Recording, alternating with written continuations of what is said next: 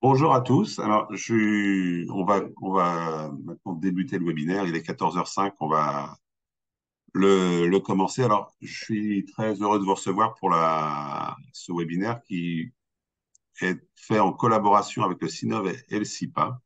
Un webinaire à destination d'abord des programmistes, mais pas que, hein, maître d'ouvrage, architecte, sur la programmation et construction bois. Maîtriser l'utilisation du bois dans les programmes de construction et d'aménagement extérieur. Voilà. Alors, pour ce webinaire-là, on va être accompagné de plusieurs intervenants. Donc, Thomas Wattez, représentant du CIPA Hauts-de-France et gérant de Corem, assistance urbaine. Francis Gallois-Montbrun, architecte programmiste, cofondateur du collectif d'architectes Cactus. Thomas Delbar, ingénieur structure, dirigeant associé de l'entreprise AG Bois Structure, et moi-même, chargé de mission à la structuration de la filière bois et prescripteur de bois pour FIBOA Hauts-de-France.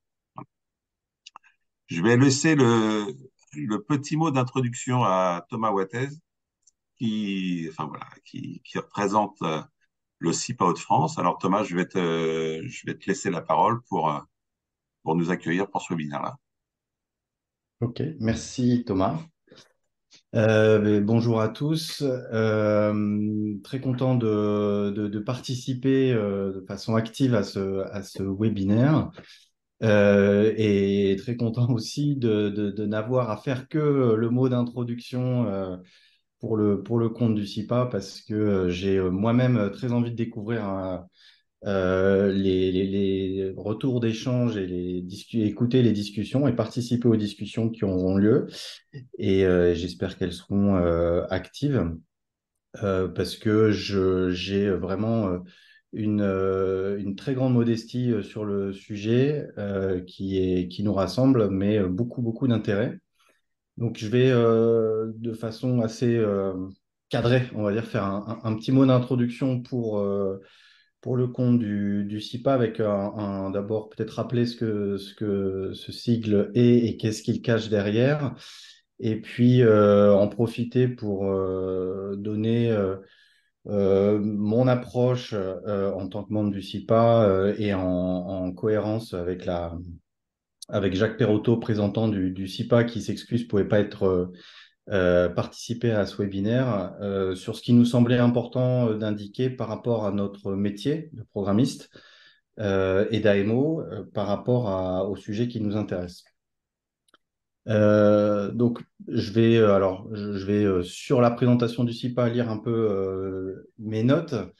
Donc, le CIPA, c'est un syndicat donc, de programmistes en architecture en aménagement qui, en fait, fait partie de la fédération Sinov, qui représente 13 syndicats professionnels dans les domaines de la prestation de services intellectuels, du conseil, de l'ingénierie et du numérique.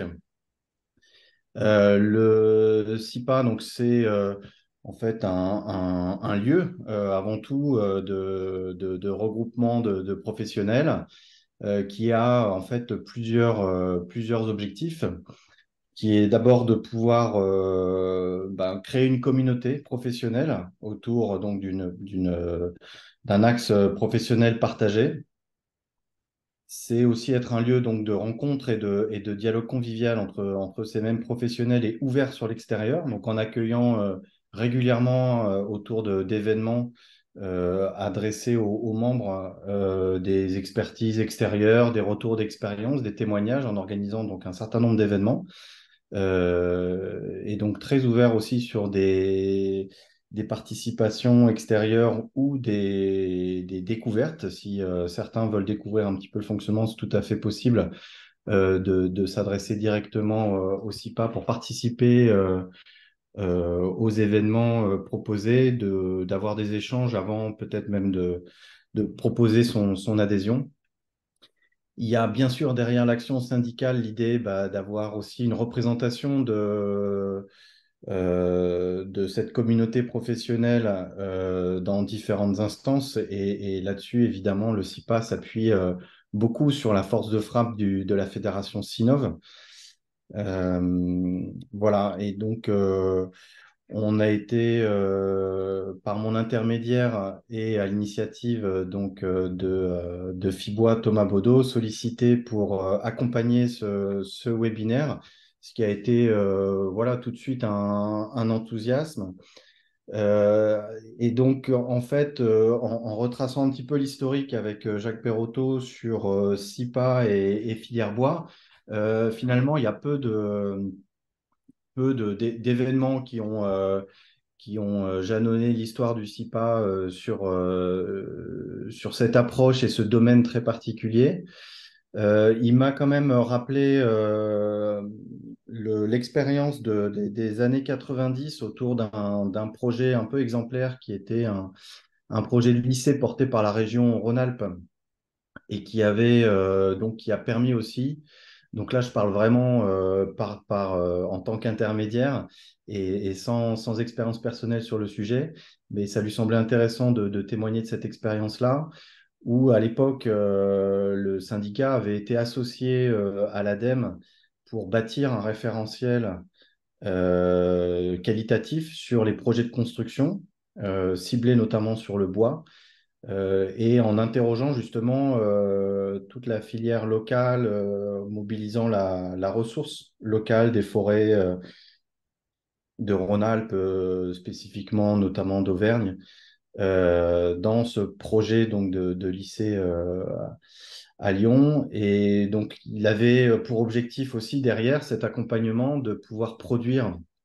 un référentiel et, on va dire, un cahier un petit peu pilote d'opération.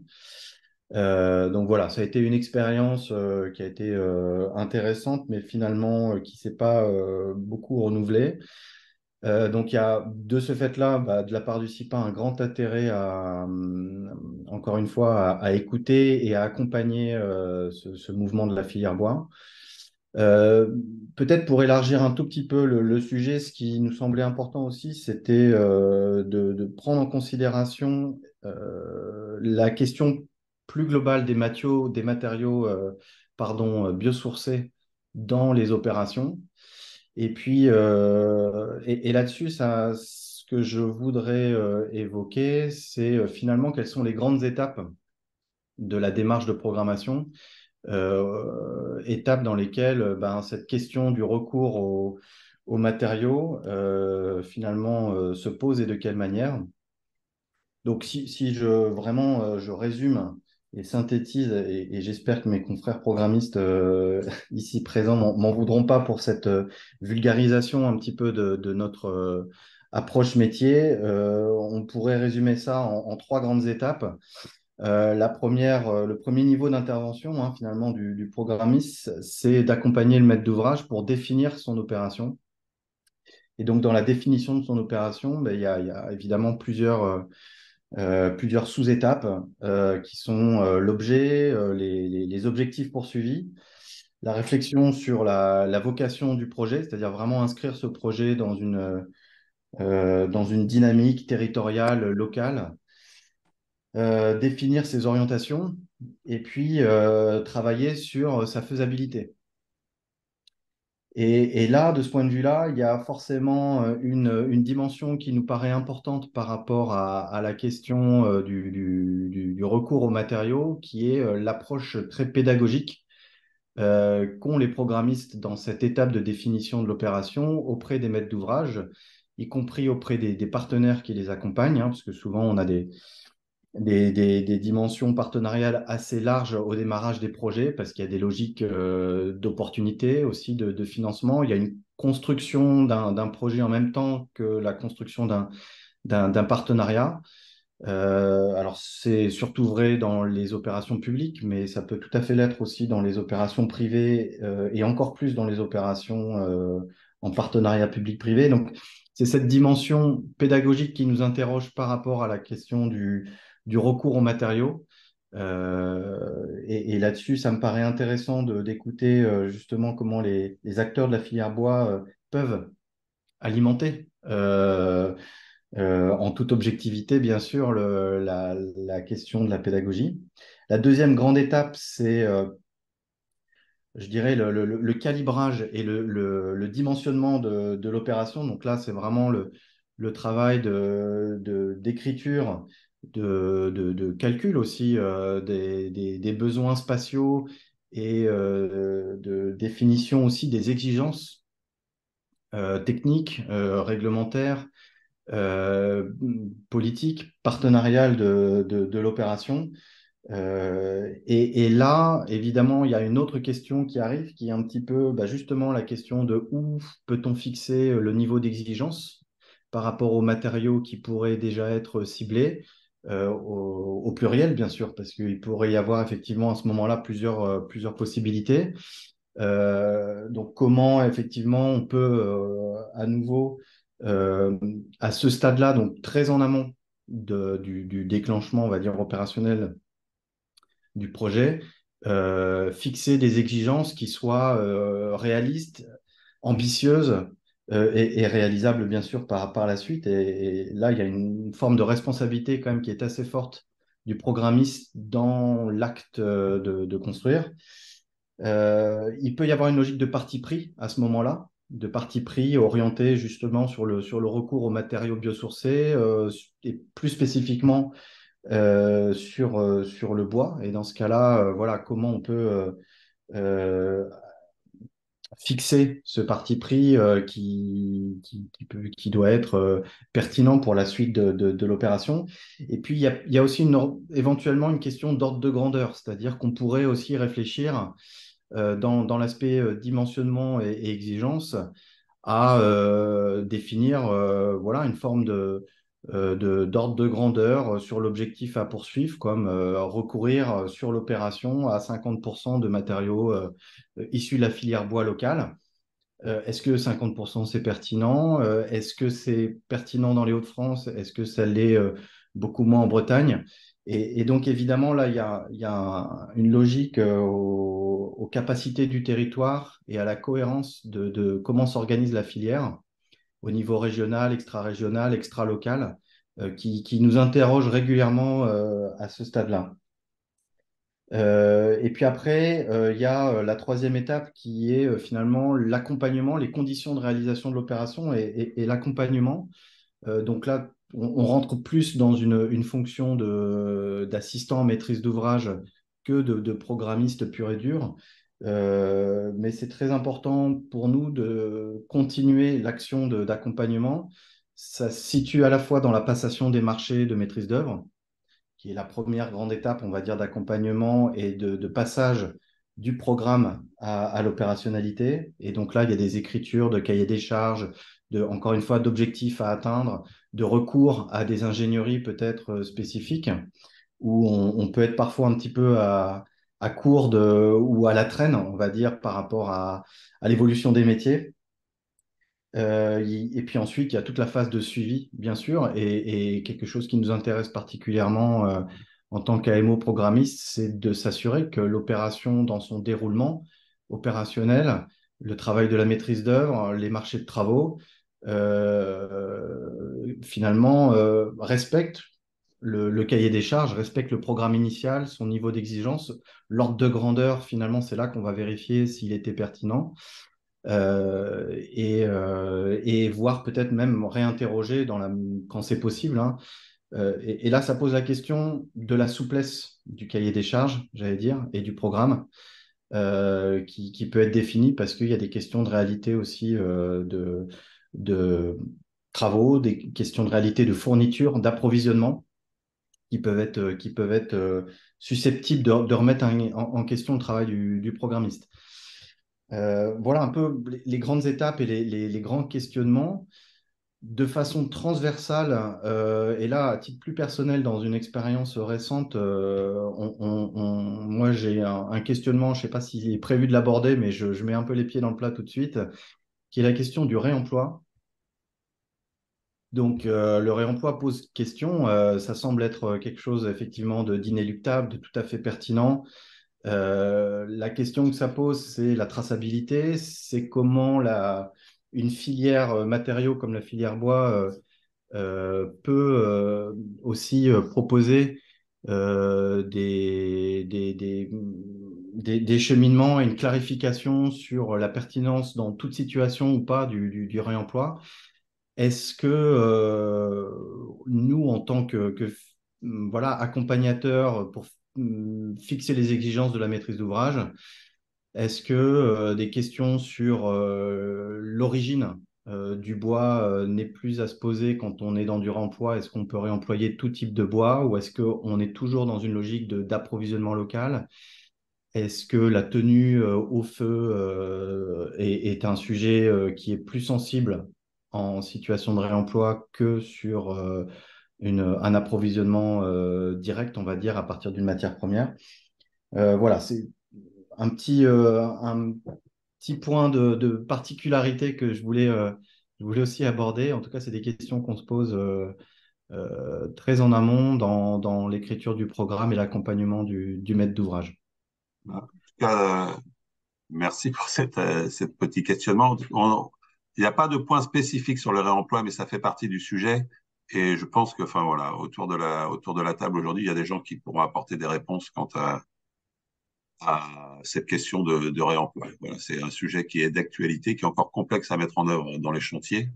Mais il y a une méthodologie pour essayer de réemployer au maximum les produits sur un chantier.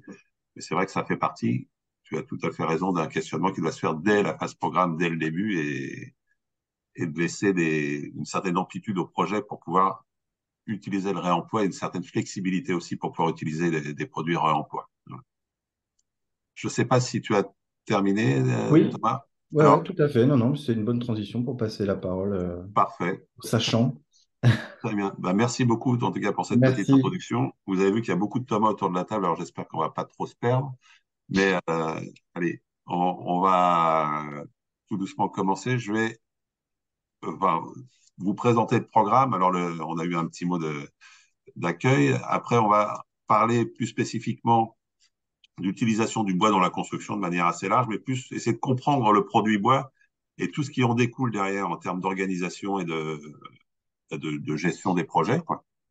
Voilà pourquoi il faut être aussi attentif à, à la programmation quand on programme des projets en bois et en biosourcé, le comprendre simplement à travers la composition du matériau. On fera un point rapide sur les modes constructifs et après je passerai la parole. Alors ça c'est une partie qui est plus introductive sur voilà ce dont on parle quand on parle de construire en bois, vous montrer quelques retours d'expérience et aussi quand on veut le faire en circuit court. Et après je passerai la parole à Francis Gallois-Montbrun. Tu peut-être te représenteras au début de ta présentation, Francis, c'est ce que je propose. Voilà, pour après D'accord. un peu et on conclura le webinaire avec l'intervention de Thomas Delbar sur comment bien mener son projet bois. Voilà. Il y a évidemment des questions possibles, hein. Je vous invite à les poser voilà, sur l'application. On se laissera un temps d'échange à la fin du webinaire. Et je vais bien essayer de mesurer le temps pour que ce temps d'échange puisse être constructif. Voilà. Alors, très rapidement, nous, enfin, moi, je travaille pour Fibois Hauts-de-France. Fibois Hauts-de-France, c'est la filière qui représente une association interprofessionnelle qui représente la filière bois dans les Hauts-de-France. Chez nous, il y a vraiment de l'amont jusqu'à l'aval. Il y a les propriétaires forestiers qui sont chez nous, il y a l'ONF, il y a les entreprises de première transformation qui sont les scieurs, les constructeurs, les menuisiers, en passant par le bois énergie. On est 11 et on a des missions d'intérêt général. On est là pour accompagner tous ceux qui veulent faire en bois, qui ont des projets aussi de chaufferie bois, pour les guider, les mettre en relation avec les bonnes personnes et faire que les projets qui sont en bois soient des projets qualitatifs. On a un site internet sur lequel vous retrouverez beaucoup des retours d'expérience qui sont présentés lors de ce webinaire-là. Vous trouverez des vidéos, vous trouverez des brochures, vous trouverez des annuaires sur les professionnels qui peuvent vous approvisionner en bois en région de France.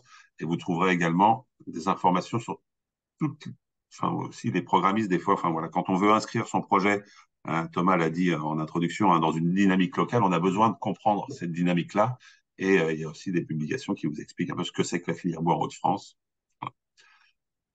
Petite introduction sur la ressource, parce que quand on construit en bois et tout en amont du projet, on peut avoir des maîtres d'ouvrage qui s'interrogent sur avec quel bois je vais construire. Est-ce qu'on va puiser dans une ressource qui est déjà fragile ou pas? Donc ça, c'est voilà, un questionnement qui est tout à fait logique, hein, et légitime. Donc là, on va faire un petit point sur la ressource en France, enfin, dans le monde, en France, parcourir un peu ce dont on parle. On verra plus précisément les caractéristiques du bois, les produits bois qui sont utilisés dans la construction et aussi en aménagement extérieur. Donc, de quoi on parle quand on parle de bois en France? On est sur 17 millions d'hectares, 26 millions d'hectares avec les DOM. Alors, à peu près 31% du territoire en France est un territoire boisé. Voilà. C'est la même proportion qu'au niveau mondial. Voilà. En France, on a 30% de forêt. Au niveau mondial, on est à peu près sur cette couverture-là. Nous, on a la particularité d'avoir trois quarts des forêts qui appartiennent à des propriétés privées, des propriétaires privés. Voilà. 75% des forêts avec après des propriétaires dans la propriété publique, on a la forêt publique et la forêt domaniale. Petit point, très rapidement, avant de passer plus précisément sur la ressource en France, au niveau mondial, on est sur une forêt qui est, voilà, qui se porte pas mal, même si entre 90 et 2000, on a perdu quand même 4% de surface forestière au niveau international. Cette diminution-là était plus forte entre 90 et 2000 et elle a tendance à réduire. Mais on perd toujours quand même un petit peu de surface forestière au niveau mondial. Par contre, en France, enfin, en Europe, on a une croissance de la forêt qui est de l'ordre de plus 9% sur cette même période, 90-2020. Et en France, on est sur une forêt qui augmente assez fortement, puisqu'entre 90 et 2020, on a plus 20% de surface forestière. Ce qui n'est quand même pas anodin. Alors, les particularités de la forêt française, alors c'est une forêt qui est principalement feuillue. Voilà. Sept essences principales qui sont le chêne, le hêtre, le châtaignier, le pin maritime, pin sylvestre, épicéa et sapin. Voilà. Alors, 65% des feuillus sont représentés par six essences et 41%, il y a 41% de chêne parmi les essences feuillues. Alors, l'essence vraiment reine de la forêt française, c'est le chêne. Une petite image de la croissance de la forêt de 1800 à nos jours.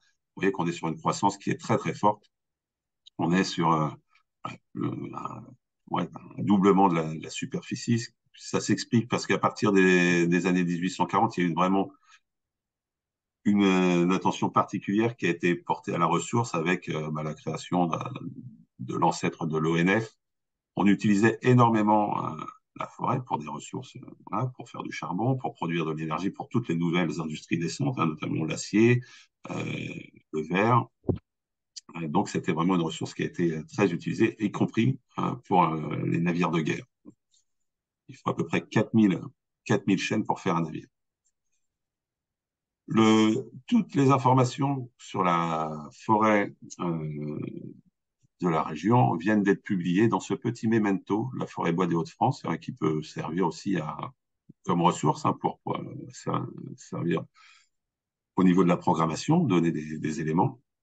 Voilà, c'est en téléchargement sur notre site internet. Et qu'est-ce qu'on voit quand on regarde un petit peu plus précisément la constitution de la forêt en Hauts-de-France? On voit qu'elle est principalement feuillue à 94%, qu'on est parmi les régions les moins boisées en France.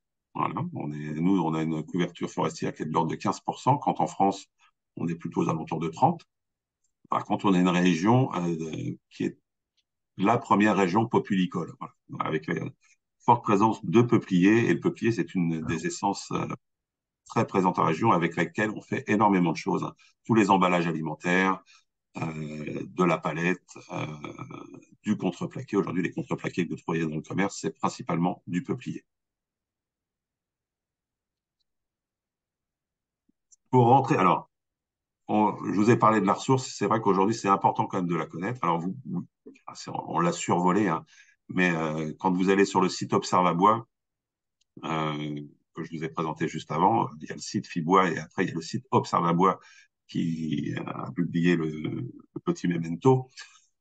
Vous avez toutes les données sur cette ressource-là. Et pourquoi on insiste un peu sur la ressource? Parce qu'aujourd'hui, on demande tout à la forêt. On demande à la forêt de sauver le monde. On demande à la forêt de capter du CO2. On demande à la forêt de le stocker. On demande à la forêt de fournir du bois pour construire, pour pouvoir créer un produit de substitution au produit plus carboné. On demande à la forêt de produire du bois pour l'énergie. On demande à la forêt d'être un lieu de préservation euh, environnementale. Hein. Beaucoup d'essence, enfin de biodiversité est en forêt. Donc voilà, c'est vraiment un sujet qui est au cœur de notre société. Alors, on va s'orienter tout doucement vers le produit de construction et pour comprendre pourquoi il faut porter une attention toute particulière à la façon dont on organise des projets quand ils sont en bois, on va faire un petit focus sur le matériau et les caractéristiques du matériau. Alors, on est un matériau avec des caractéristiques mécaniques qui sont assez incroyables. Hein. Il suffit de regarder un petit peu l'image de droite. Un arbre, c'est un tronc assez élancé avec alors tout ce qui est la partie branche et feuilles de l'arbre en haut, on appelle ça le houppier, qui est à plein vent. Vous voyez, donc cette forme-là, déjà mécaniquement, pour tenir, elle a besoin d'être voilà, extrêmement résistante. Par contre, c'est un matériau qui est vivant, voilà, et comme tout ce qui relève du vivant, avec une certaine complexité. C'est aussi un matériau qui est sensible à l'humidité, voilà, qui est sujet aux pourritures, aux insectes. C'est un matériau qui est inflammable. Donc tout ça, il faut bien le maîtriser si on veut pouvoir concevoir des projets qui soient durables. Donc le matériau bois est un matériau vivant, naturellement résistant. Point d'interrogation. Pourquoi? Parce que je ne sais pas si vous en avez entendu parler, certainement, parce que beaucoup d'entre vous, je les ai déjà croisés, je sais qu'ils s'intéressent au bois. C'est un matériau qui peut être, selon les essences qu'on utilise, utilisable en extérieur sans traitement complémentaire. Mais quand on parle de bois qui sont naturellement résistants, on parle toujours du duramène. Alors dans le bois, il y a deux parties, toujours, dans tous les bois. Vous avez du duramène ou bois parfait et de l'aubier.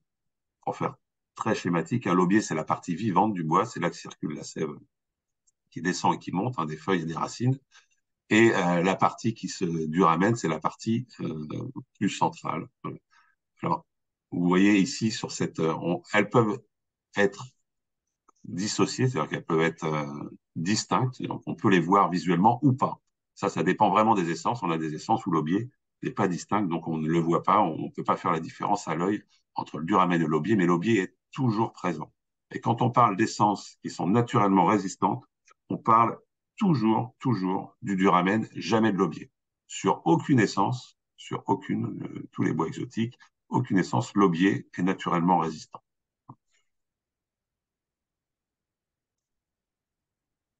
Alors, la résistance naturelle du bois, elle est importante. Alors, tous les bois sont naturellement, ont une résistance mécanique. Je dirais même qu'aujourd'hui, on construit avec des essences qui sont mécaniquement peut-être les moins bonnes. Hein. On construit en épicéa très largement. On construit, nous, chez nous, en peuplier. Mécaniquement, on a une multitude d'essences qui sont dans nos forêts, qui sont bien plus résistantes que l'épicéa et que le peuplier. On peut parler du frêne, du charme, du hêtre. Voilà. Donc, ça, c'est pas tant la résistance mécanique qui est importante, c'est beaucoup, enfin, la partie résistance naturelle et la partie conception de l'ouvrage qui joue un rôle très important dans la durabilité de l'ouvrage. Voilà.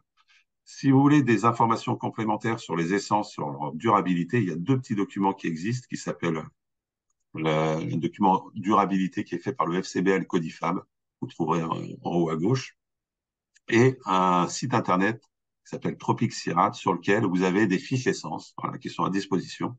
Et pour chaque fiche essence, vous voyez si l'essence peut être utilisée en extérieur ou pas sans traitement. Enfin, voilà, vous avez tout le détail technique de l'essence qui est indiqué et précisé.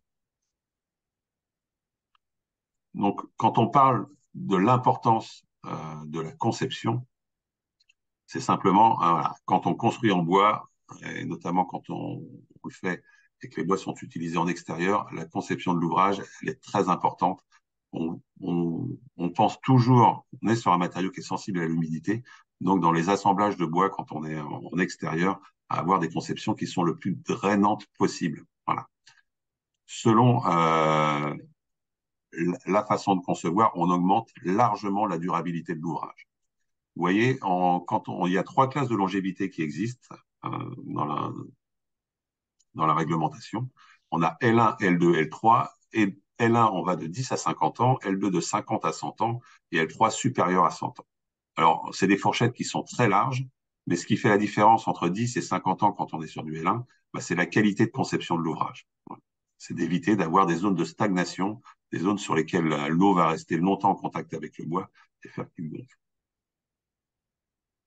Alors, avec quels produits on construit? Voilà, il y en a plusieurs. Je vous ai mis simplement les principaux qu'on va retrouver sur le marché. Il y a du bois massif abouté. Voilà. Des bois, alors une petite image qui vous montre que l'aboutage, ce que c'est, hein, on met des planches les unes derrière les autres pour reconstituer des grandes barres de 12-13 mètres de long qui servent aux charpentiers pour éviter d'avoir trop de chutes. Voilà. Après, on a les bois lamés décollés en bas à gauche, qui sont utilisés pour avoir des poutres de grandes sections et de grandes longueurs. On peut avoir du lamellé courbé, du lamellé droit, enfin, on peut faire un peu toutes les formes. Et après, on a un produit que vous connaissez certainement, qui est aussi le CLT, les panneaux de bois massif contre-collés. Alors, juste sur ces produits-là, il y a au final assez peu de colle. On est sur des produits qui sont quand même constitués très majoritairement de bois et d'un tout petit peu de colle. Contrairement aux produits qui peuvent être les panneaux agglomérés, MDF, ou là où il y a vraiment une proportion de colle qui est très importante. Là, on est sur un tout petit peu de colle qui assemble les éléments les uns avec les autres. On va faire un petit focus rapide sur les modes constructifs. Voilà. Il y a 3 principaux modes constructifs quand on parle de construction bois. Il y a l'ossature bois, il y a le poteau-poutre et il y a le bois massif, voilà, qui est fait à base de CLT, généralement.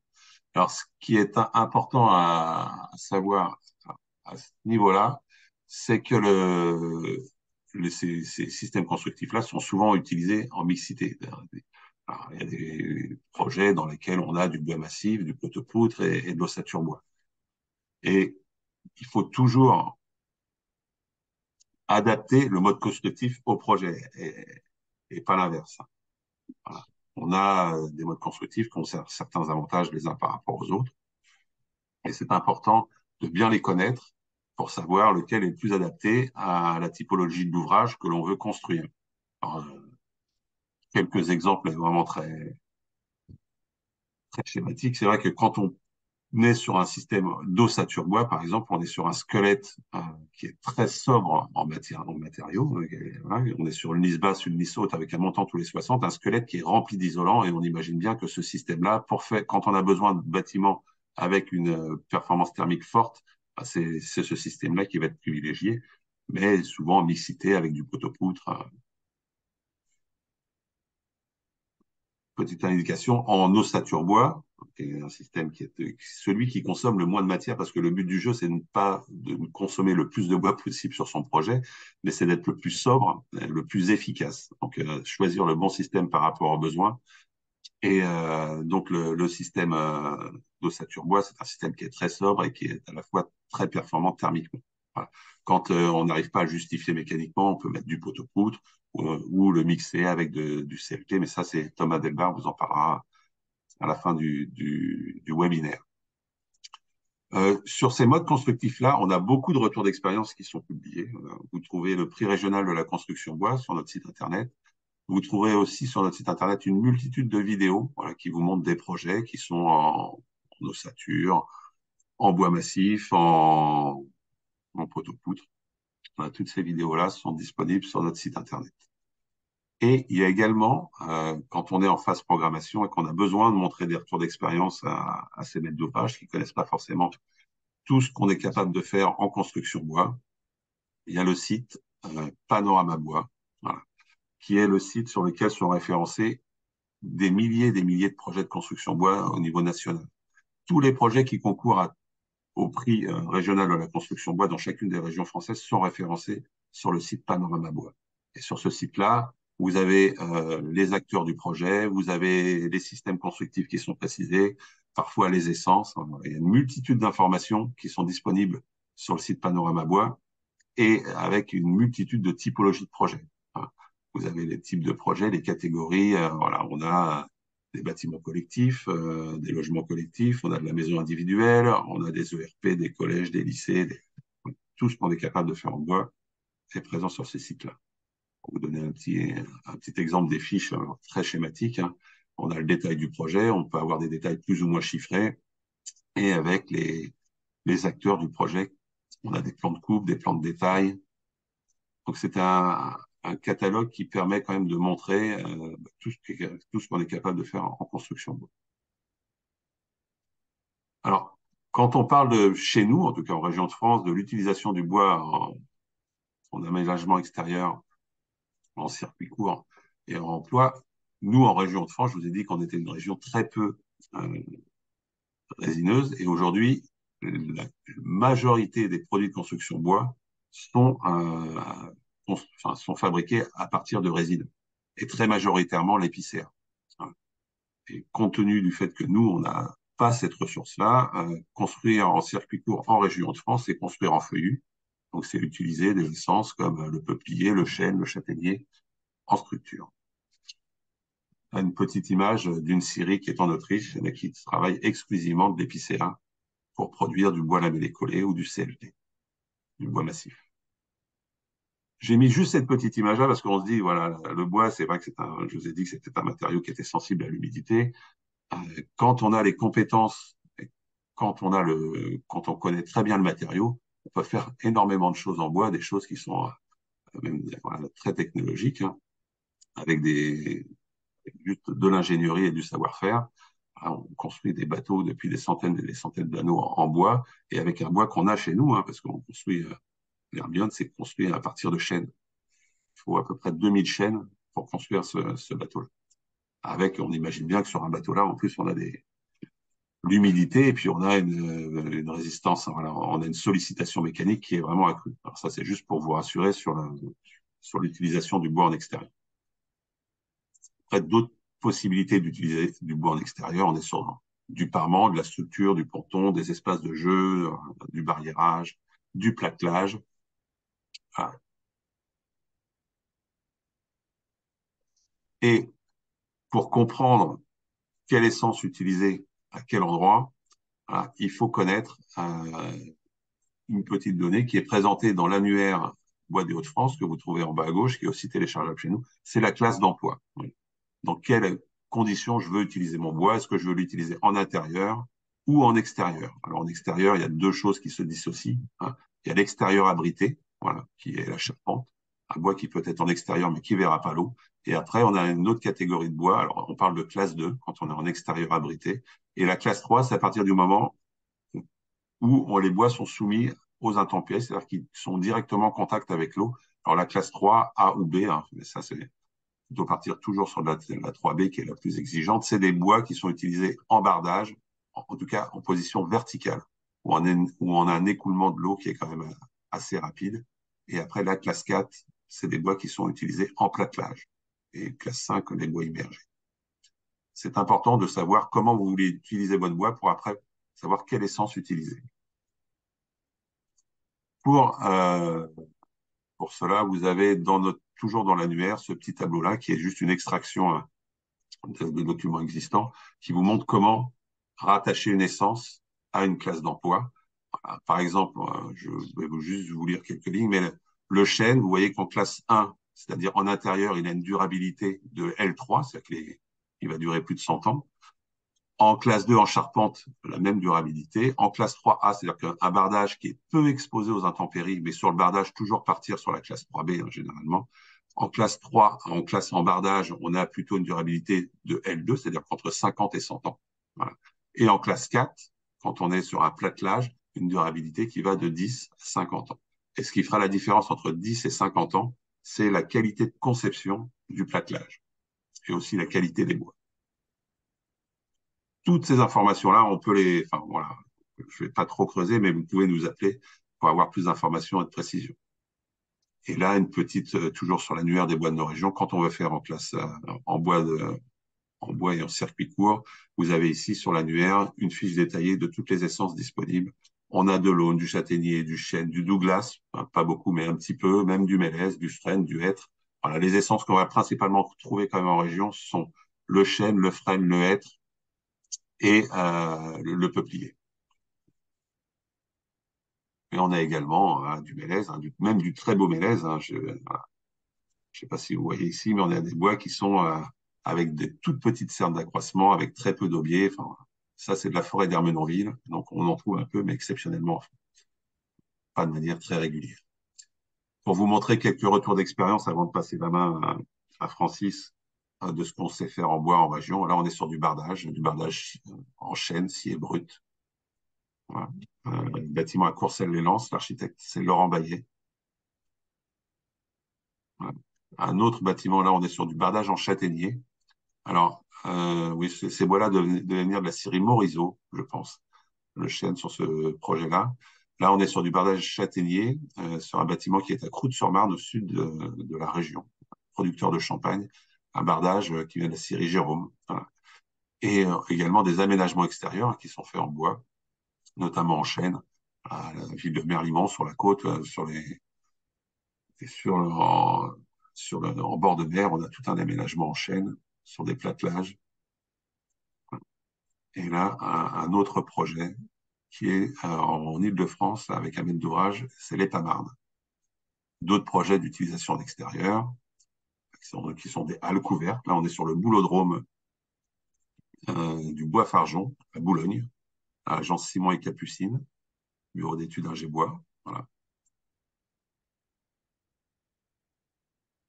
D'autres projets plus emblématiques. Alors ça, toujours, ces projets-là, on les retrouve sur le site Panorama Bois. Voilà. Là, on est sur une halle touristique. Voilà. Pour vous montrer d'où viennent ces projets-là, du site Panorama Bois. Voilà. J'ai terminé pour ma partie. Je vais laisser la main à Francis pour vous présenter un très beau projet. Bah, écoute, Francis, à toi la parole. Merci Thomas.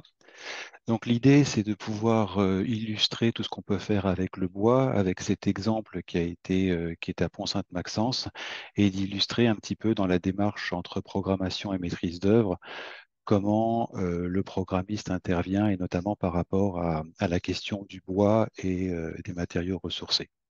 Donc, j'ai eu le plaisir de travailler sur ce projet-là en tant que programmiste. J'ai travaillé avec l'atelier Bansillon, Elter et Mox en tant que BED environnemental et l'économiste. Et après, ce projet, ce qu'on verra surtout, c'est la manière dont un programme peut être récupéré après par une équipe de maîtrise d'œuvre et comment on arrive à porter les ambitions et arriver à un très très beau projet. Donc, il s'agit d'une extension, une réhabilitation d'un groupe scolaire Adrien Bonnel qui est à Pont-Sainte-Maxence.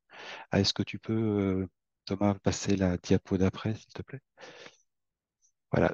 Donc, juste trois mots du contexte. On est à Pont-Sainte-Maxence, donc Paris. Alors, je ne sais pas si vous voyez peut-être pas ma souris d'ailleurs. Non. Donc, Paris est ici, on a une cinquantaine de kilomètres de Paris, on est entre Creil et Compiègne. Et le programme, c'était de réunir sur la carte scolaire actuelle, ça c'est la carte de la commune de Pont-Sainte-Maxence. Il y avait deux écoles existantes, une maternelle et une élémentaire, et l'idée, c'était de les réunir en un seul complexe qui pourrait accueillir à la fois maternelle élémentaire, mais aussi périscolaire et restauration sur un programme qui fait 2000, en gros, 140 mètres carrés. Donc, un projet de rénovation et d'extension. Thomas, si tu peux passer la diapo d'après. Alors, le site. Alors, j'insiste un peu sur tout ce qui est site et contexte parce qu'on verra que ça a eu un impact important aussi sur le choix qu'on a fait ou qu'on a proposé de travailler notamment sur l'ossature bois. Donc voilà une photo aérienne du site. On a un bâtiment qui était une sorte de multicouche.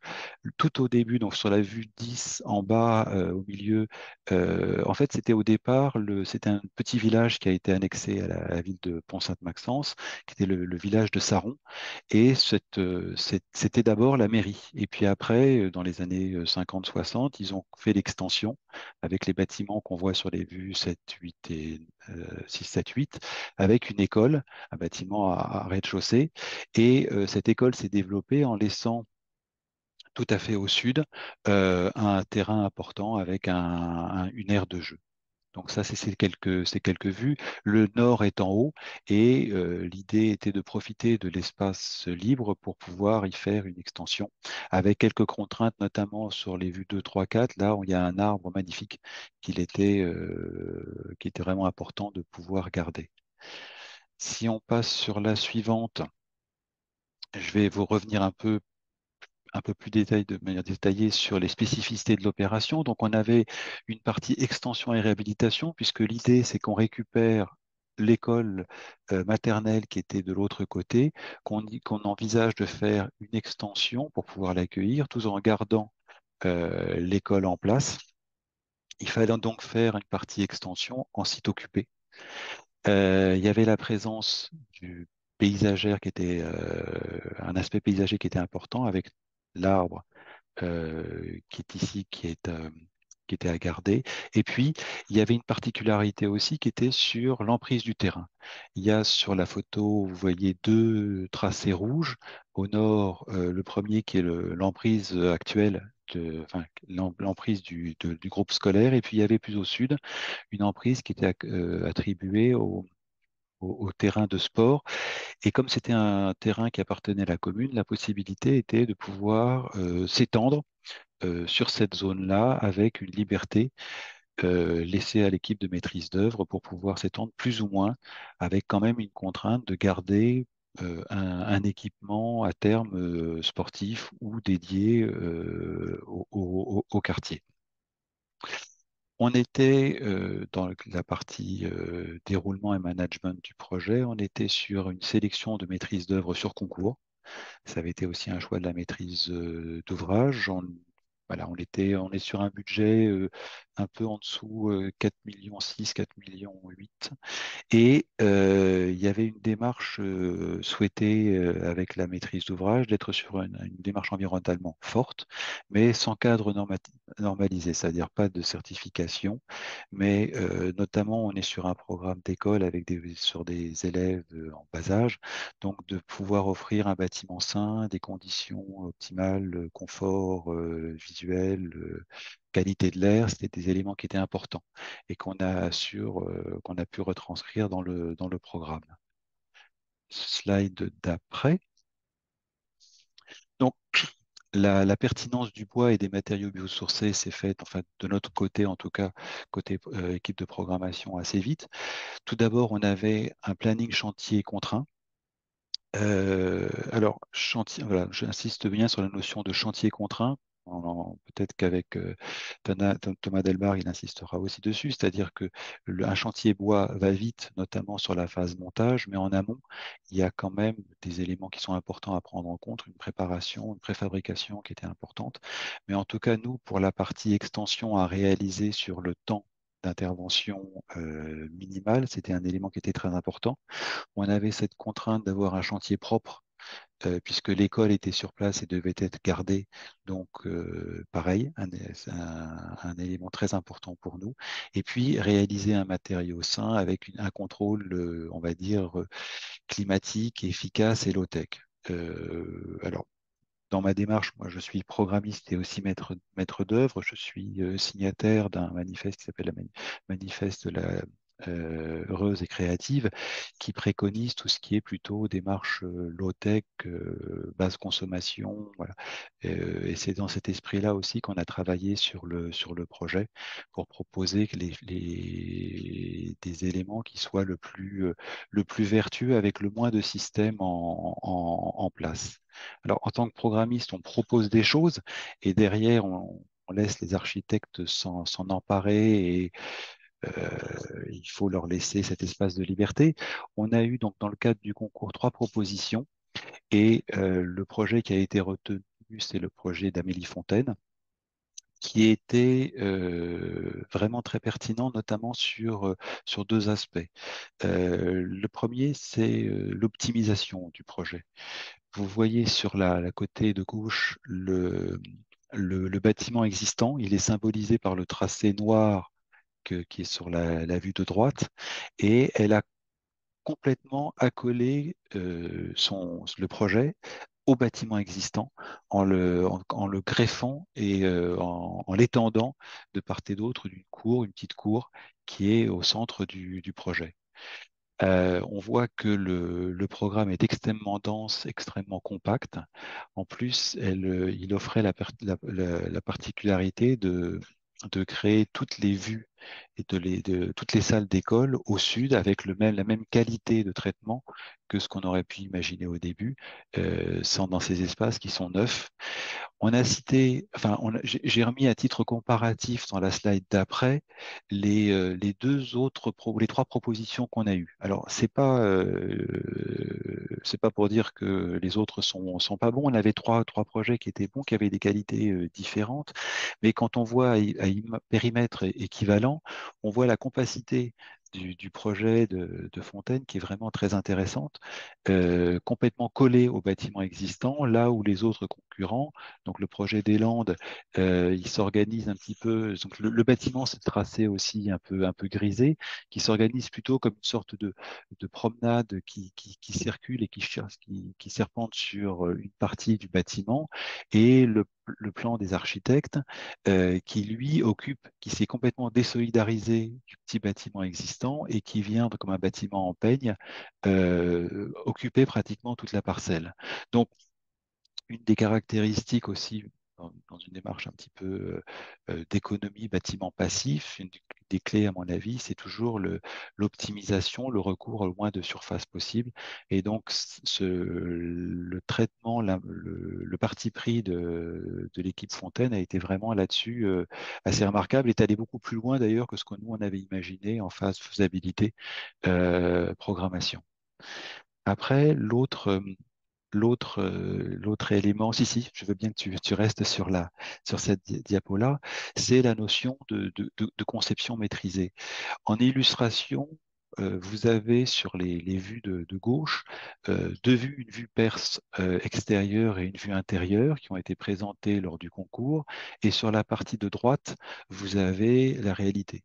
Et c'en est même surprenant.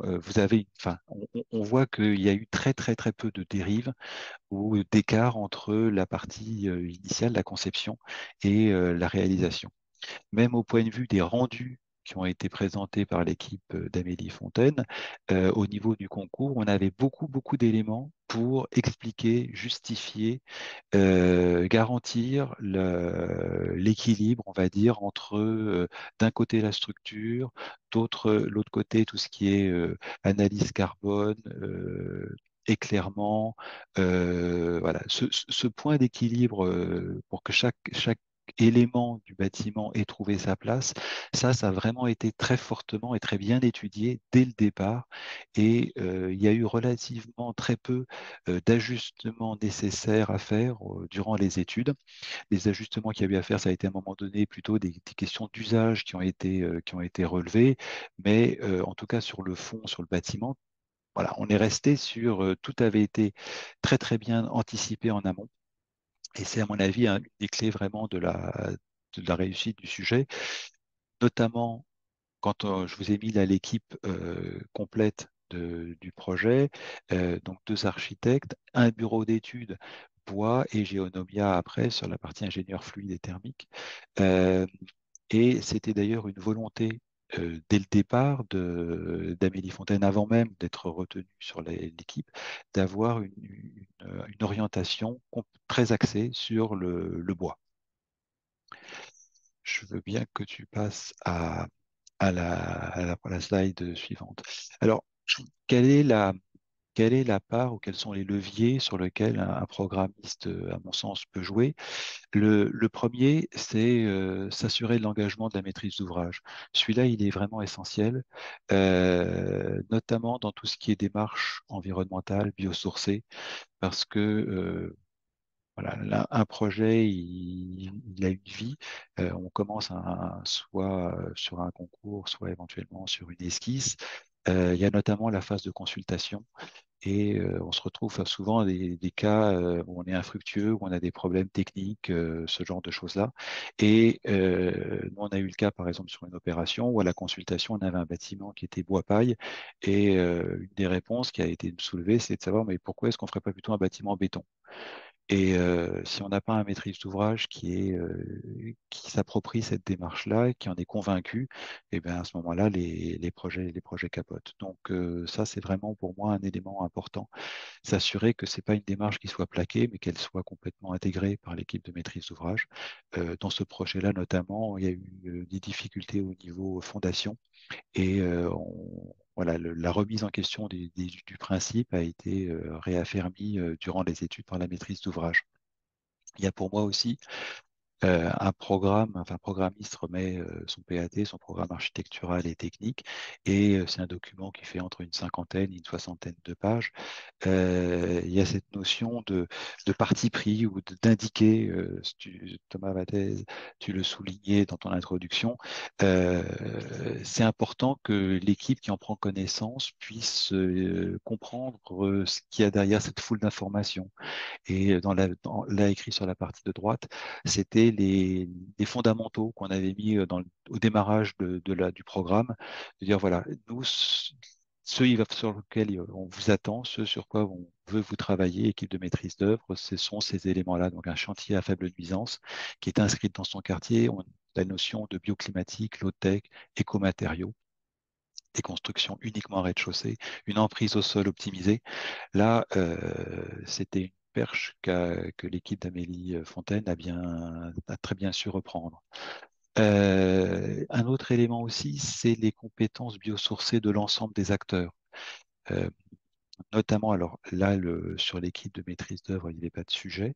Par contre, parfois, un bureau de contrôle, ça peut être un frein à un projet ou au développement de projet. Donc, ce sont des gens qui sont aussi recrutés sur consultation, participer au cahier des charges ou demander certains documents autres qu'une simple offre financière. C'est un élément intéressant à voir. Quelle est sa position sur le biosourcé? Quelle est son expertise dessus? Quel est voilà, comment il va appréhender le problème et est-ce qu'il sera plutôt porteur de solutions ou point de bloquant? Ça restera à voir.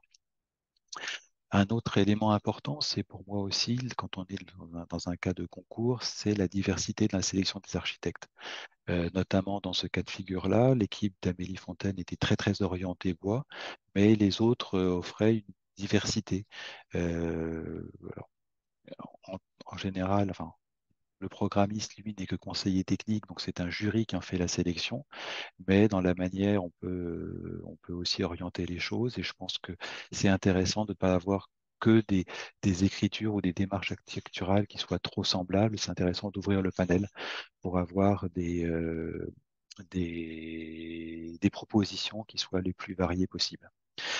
Euh, et après, on l'a fait sur cette opération-là, c'est, si possible, pouvoir être présent sur toute l'élaboration en phase étude et l'adéquation programme-projet. Alors, souvent, ça représente un montant d'honoraires assez conséquent, puisque ça double souvent le prix des missions. L'avantage, c'est que en général, en phase programmation, on est tout au début à faire des entretiens sur, là par exemple sur l'école, les services enseignants, les services de gestion, ce genre de choses-là. Et on a à mémoire toutes leurs demandes en question d'usage. Quand on est sur des arbitrages, par exemple APS ou APD, quand il s'agit d'arriver à trouver des économies, on peut parfois faire des arbitrages qui semblent pertinents, mais qui ne prennent pas en compte les usages. Le programmiste, en ayant fait ces entretiens, peut se rendre compte de certaines pertes dans l'usage qu'on peut avoir. Je prends l'exemple, par exemple, d'un terrain de tennis. Il a des dimensions qui sont imposées. Si vous lui retirez 2 mètres, ben, vous n'avez pas un terrain de tennis, vous n'avez rien du tout. Et bien sur certaines salles, on peut se retrouver en disant, bah, écoutez, le réfectoire ou cet petit espace-là, je lui enlève 2 mètres carrés, ça rentrera. Ben, finalement, ça peut poser des problèmes. Et puis après, notamment sur des bâtiments qui sont comme ça biosourcés, qui sont des bâtiments qui sont vivants avec des matériaux vivants, la part d'appropriation du projet par les futurs utilisateurs, c'est aussi un élément, une clé de la réussite, à mon avis, pour que ils ont un mode d'emploi, un mode d'utilisation, et de faire en sorte que il n'y ait pas de perte d'informations, qu'ils soient utilisés à bon escient, avec au niveau du contrôle solaire, d'utilisation, de tout ce qui est régulation, contrôle climatique, ce soit fait dans le bon sens. C'est un élément qui est aussi important. Là, si tu veux bien passer à la slide d'après. Voilà. Je termine dessus avec un élément aussi qui est important pour moi sur le programmiste, c'est que on passe d'une intention, d'un maître d'ouvrage, d'un besoin, d'une nécessité à un projet architectural. Et il faut arriver à trouver pour moi le bon équilibre entre être assez clair sur ce qu'on veut et en même temps savoir aussi s'effacer pour laisser toute la créativité et l'intelligence de la maîtrise d'œuvre s'installer. Et j'avoue que sur cette opération, j'ai parlé de plaisir à avoir travaillé dessus. Le résultat final, je le trouve remarquable et voilà, je l'ai pour l'instant revu qu'en photo, j'ai hâte de le voir en vrai. C'est terminé pour moi. Si je te relaisse la main, Thomas, ou d'ailleurs, je laisse la main à un des Thomas. Thomas, forcément, voilà. Euh, Merci beaucoup, Francis. Maintenant, on va passer à la partie méthodologie. Comment faire pour que ce projet, enfin, ces projets en bois et en biosourcé, généralement biosourcés, parce que quand on fait en construction bois, on a plutôt tendance à utiliser des isolants biosourcés, mais pas que, hein. Voilà, se passe le mieux possible. Parce on attend beaucoup, beaucoup de choses de la construction bois. On dit que c'est des constructions qui sont rapides, qui sur des chantiers qui sont mieux maîtrisés en termes de délai.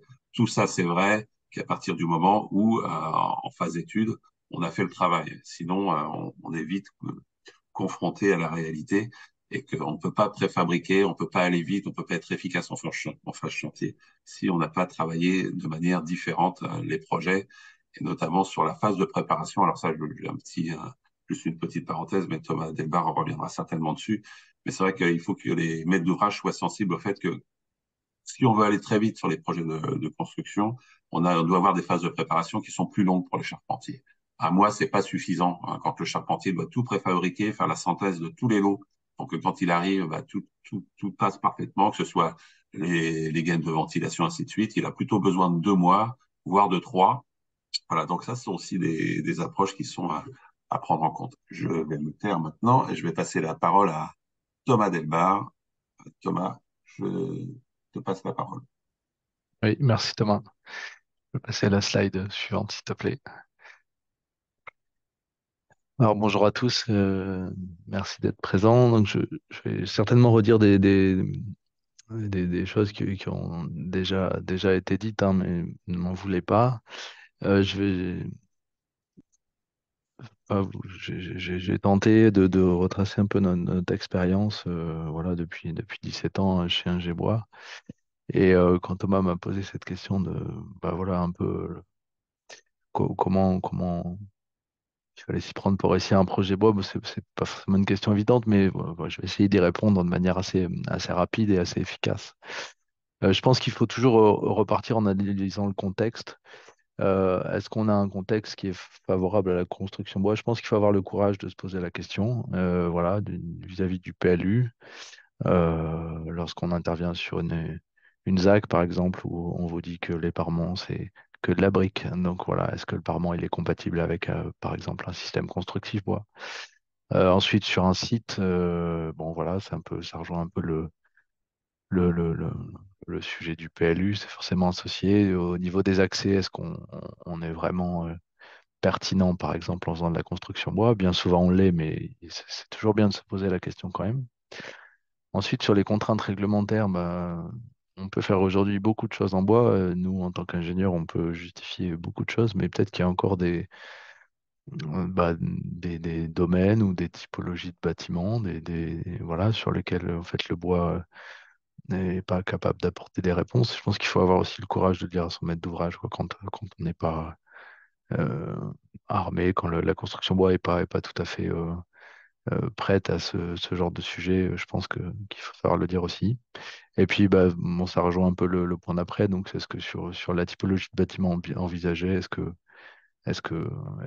voilà, en bois, on peut y aller sereinement. Voilà. Donc, je pense qu'on sait faire beaucoup de choses sur beaucoup de sujets. Les trois photos montrent un peu l'étendue de ces projets qui ont été traités chez nous. Donc, des bâtiments de tertiaire, vous voyez, à multiniveau, avec des parements très divers, et puis des charpentes plus traditionnelles, plus créatives, où on n'est que sur de la charpente et on n'est pas voilà, sur du clos couvert. Donc voilà, la variété est grande, hein, mais voilà, je pense qu'il faut se poser quelques questions avant de se lancer tête baissée. Je pense que c'est aussi le rôle des AMO d'aider des maîtres d'ouvrage à se poser ce typologie de questions. Voilà. Passer à la slide d'après, Thomas, s'il te plaît.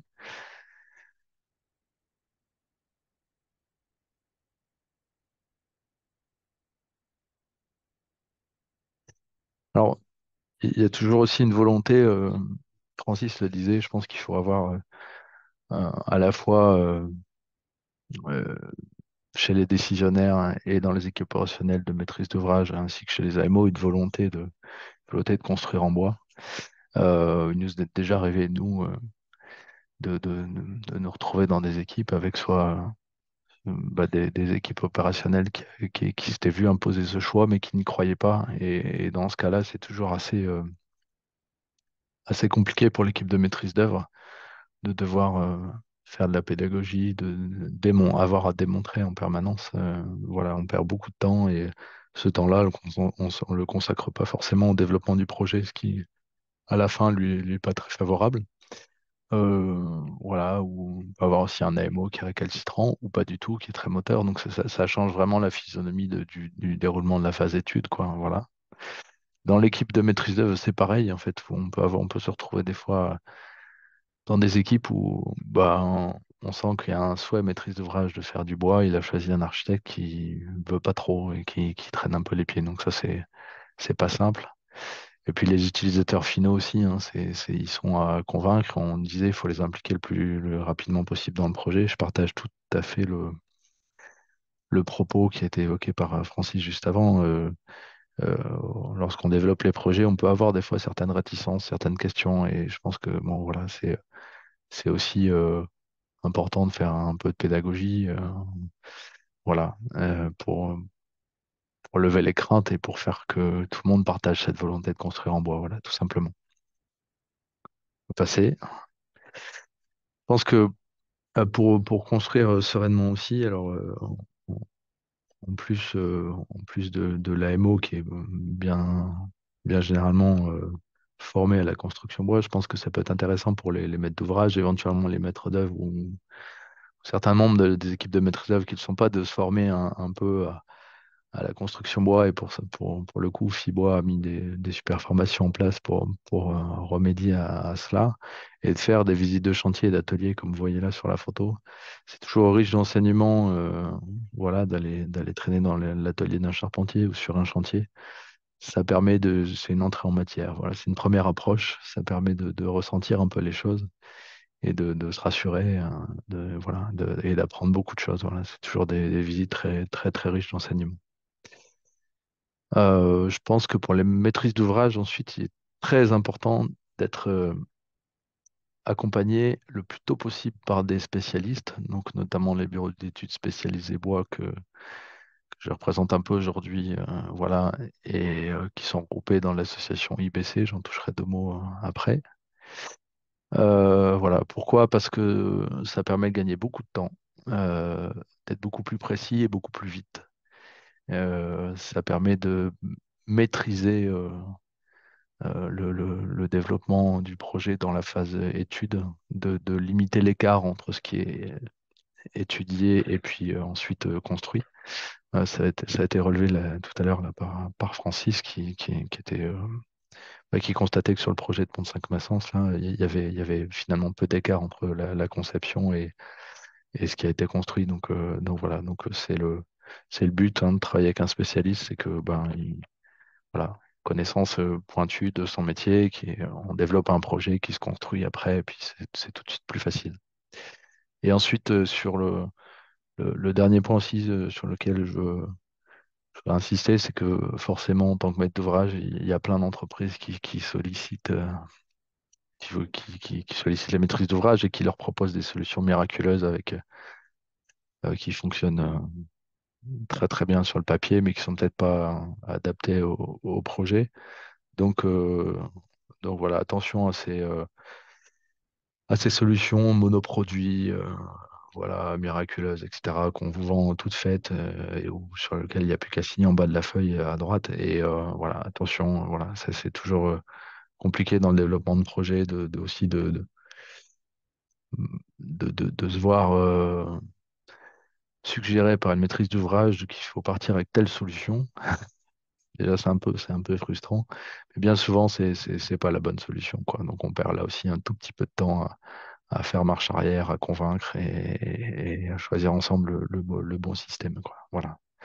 Ça, c'est un retour d'expérience aussi, hein, récent et c'est jamais facile. Voilà. Je pense que pour mener à bien un projet bois, il faut aussi changer quelques habitudes. Euh, avec le temps, l'ensemble des intervenants ont pris des réflexes qui ont été permis par l'utilisation du béton et d'autres matériaux soi-disant traditionnels. Et voilà, donc un plancher bois, ça fait pas 20 centimètres d'épaisseur, c'est très rare. Donc voilà, il y a des réflexes et des habitudes à re-questionner. Euh, voilà, il faut un peu les oublier et il faut ouvrir un peu les yeux, un peu les oreilles et voilà, changer un peu de paradigme et puis essayer de voir les choses autrement. Voilà.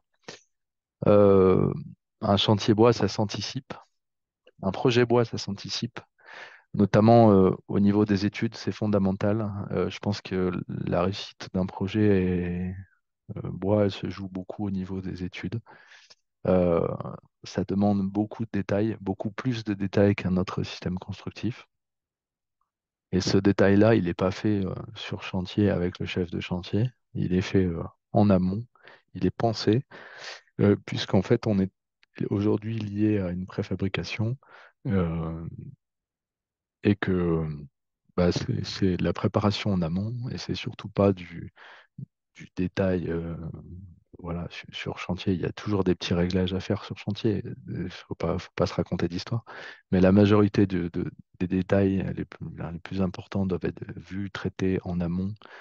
Voilà, doivent être repris à l'appel d'offres pour que l'entreprise elle puisse chiffrer en connaissance de cause, elle puisse chiffrer sans avoir identifié d'aléas forts.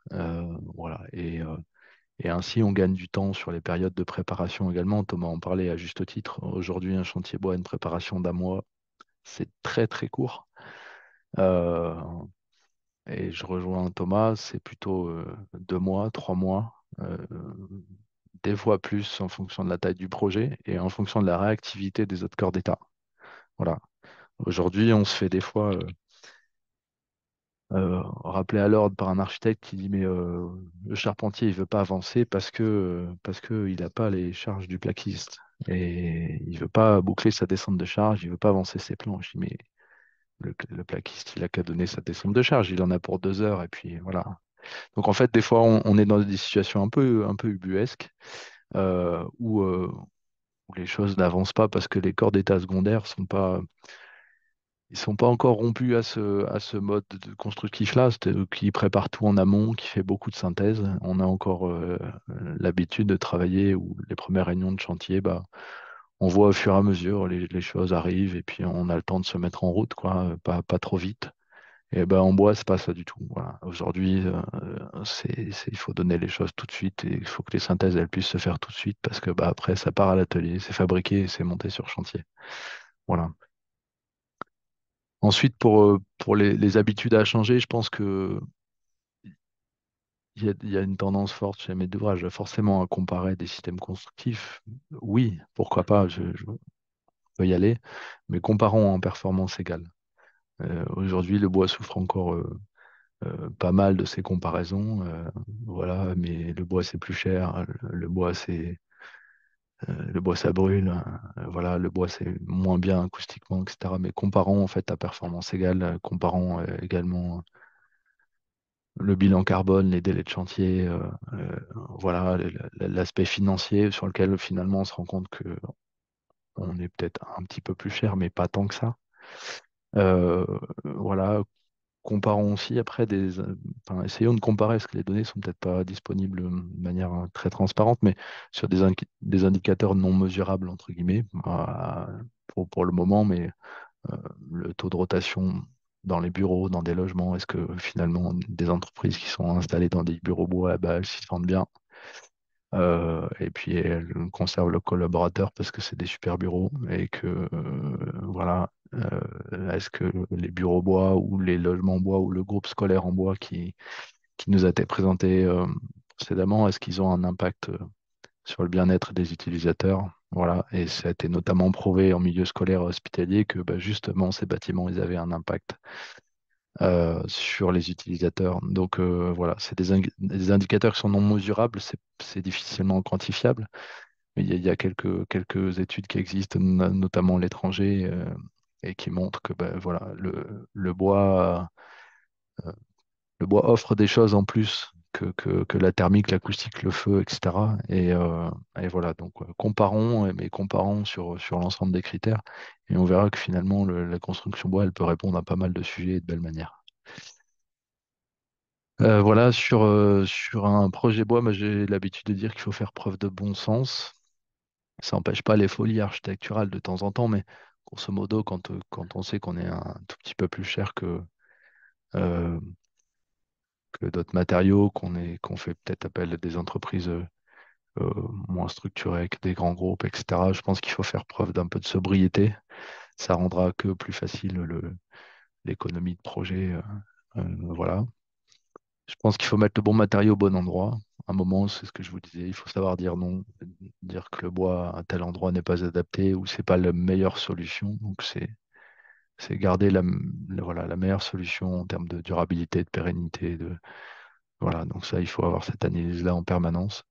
Puis je pense qu'il faut capitaliser et partager les retours d'expérience avec des collègues, comparé avec d'autres projets, etc. Et ça, c'est vachement important. Fibois nous y aide beaucoup en organisant pas mal de visites et voilà, de conférences sur pas mal de sujets. Donc ça, c'est très important voilà, pour le développement des projets. Et je pense qu'à la fin d'un projet, lorsqu'il a même 1 an ou 2 de vie derrière, c'est important de refaire un tour. Moi, c'est toujours très riche de recroiser un maître d'ouvrage et les utilisateurs d'un bâtiment 1 an ou 2 ans après et de leur demander, bah tiens, est-ce que votre bâtiment, est-ce que vous en êtes content? Oui, non, pourquoi? Et qu'est-ce que vous mesurez de différent par rapport à un bâtiment standard, on va dire. Voilà. Et ben, je vais revenir après sur le rôle des bureaux d'études. Donc, on est regroupé au sein de l'association Ingénierie Bois Construction. On est plus d'une cinquantaine de bureaux d'études de structures au bois, vraiment spécialisés à travers la France. Je pense que le rôle d'un bureau d'études spécialisé bois, bah, c'est d'être facilitateur euh, sur des opérations qui peuvent peut-être des fois inquiéter des maîtrises d'ouvrage ou des maîtrises d'œuvre. Donc, c'est vraiment apporter en fait nos retours d'expérience qui sont nombreux puisqu'on travaille sur de nombreux sujets. C'est aussi d'apporter une plus-value. Les gens qui travaillent dans ces bureaux d'études-là sont vraiment des gens passionnés qui font le maximum à chaque fois pour amener des choses en plus sur les projets. Voilà. Je pense que c'est important voilà, de voir que par leur technicité, leur connaissance, on est des techniques de la filière, on est capable en fait d'apporter une vraie plus-value sur les projets. Voilà. Et donc le rôle aussi, c'est de proposer, de comparer, d'optimiser, d'étayer, d'anticiper. Voilà, donc sur tous les aspects techniques, réglementaires, délais financiers. Voilà, et donc les aspects importants, bon, thermique, il y a des bureaux d'études thermiques dans les équipes, mais le feu, c'est forcément un sujet et on est quand même pas mal formé à ces sujets-là. Le sismique, mais c'est des choses qu'on maîtrise aussi. C'est aussi d'accompagner les maîtrises d'ouvrage dans la sélection des entreprises. On a une connaissance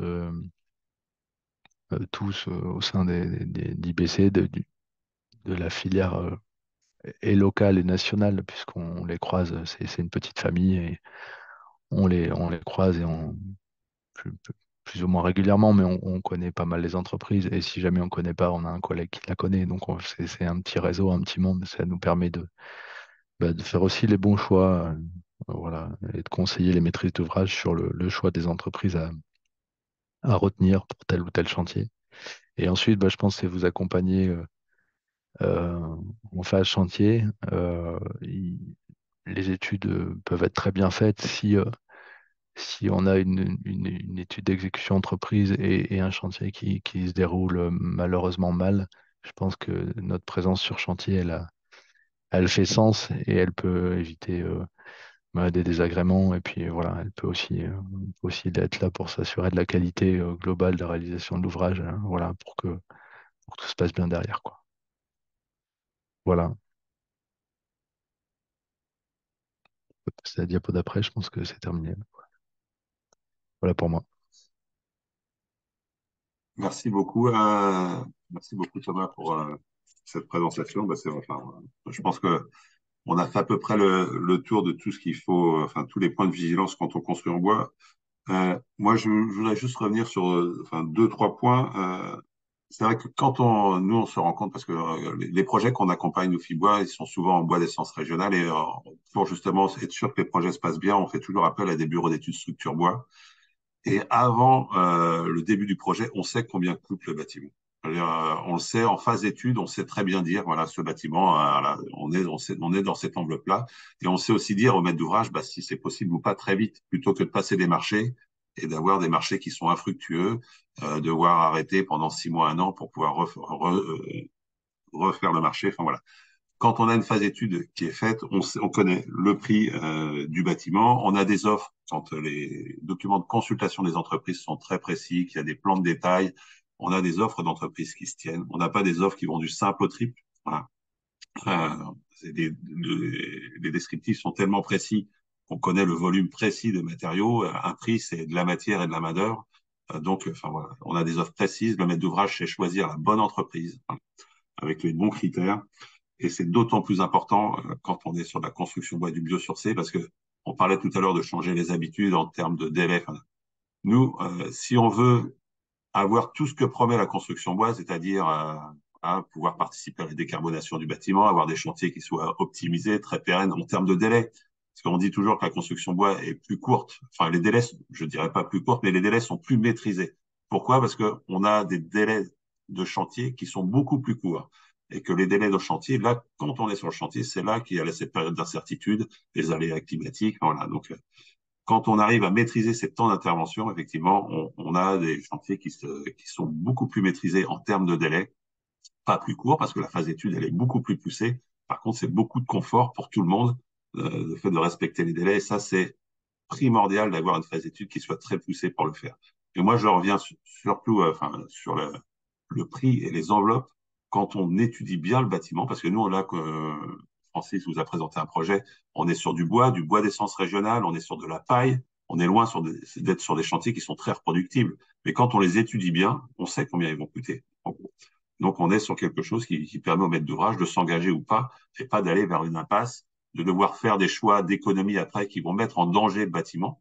Parce que quand on est sur des bâtiments bois et biosourcés, on peut pas faire les choses à moitié. Quand en couverture, faut pas qu'il y ait de reprise d'humidité. Il faut que la méthode soit très bonne pour garantir aux matériaux d'avoir une durée de vie qui soit exceptionnelle. Mais un bâtiment en bois et en isolant biosourcé, les murs peuvent pas prendre l'eau comme un bâtiment en béton. Et si on décrit pas de manière très précise la mise hors d'eau des murs en phase d'étude, les entreprises ne le chiffrent pas non plus. Donc, quand on fait du bois de la paille, en l'occurrence là sur le chantier de Pont-Sainte-Maxence, on doit décrire, ou le chantier de Gomny, qui est un chantier qui se passe aussi dans le Nord en ce moment, qui est en bois et en paille, on doit décrire comment on met les murs hors d'eau de manière très précise, avoir une ligne spécifique pour qu'on vérifie bien que l'entreprise, elle a pensé à le faire et que la manière dont elle doit le faire est décrite et que si elle ne le fait pas comme ça, les murs ne partent pas sur le chantier pour pas avoir de reprise d'humidité. Voilà, ça c'est vraiment des points qui sont hyper importants. pour avoir simplement après des projets qui vont vite, qui sont rapides, qui sont très peu gênants pour les avoisinants et qui sont au niveau en plus environnemental exceptionnel. Là, on est sur du bois, de la paille, on est sur des matériaux, un bâtiment qu'on pourrait composter quasiment à la fin de sa vie. Voilà, pour moi, j'ai terminé. Il y a un petit sujet qu'on n'a pas abordé. Euh, il y a un petit sujet, je regarde si j'ai des questions en même temps, je suis un peu... Voilà. Il y a un petit sujet qu'on n'a pas abordé, c'est le réemploi, Thomas. Et c'est vrai que tout à l'heure, Thomas Wattez nous en parlait. C'est une question qui se pose. Alors, il y a aujourd'hui très peu de retours d'expérience sur le réemploi de matériaux, ou alors de manière très ponctuelle sur des châssis de menuiserie, des fenêtres. Voilà. Nous, en tout cas, en bois, sur des bois de structure, je ne sais pas si Thomas, toi, tu as des chantiers qui ont réutilisé des bois de structure. C'est vrai qu'on se pose la question du traitement des bois, de leur résistance mécanique. Voilà, les bois, ils ont quand même été sollicités un temps. Est-ce que quand on les démonte, qu'on les réutilise, est-ce qu'on peut être sûr qu'ils ont la bonne résistance mécanique? Tout ça, c'est des questions aujourd'hui qu'on se pose, auxquelles on n'a peut-être pas toutes les réponses. Voilà. Mais qui sont d'actualité, ça c'est une évidence. Alors je sais pas si je pose la première question parce que je vois qu'il n'y en a pas forcément d'autres et que c'était un des sujets qu'on n'a pas forcément abordé. Sur le réemploi, je sais pas si vous avez des choses à préciser.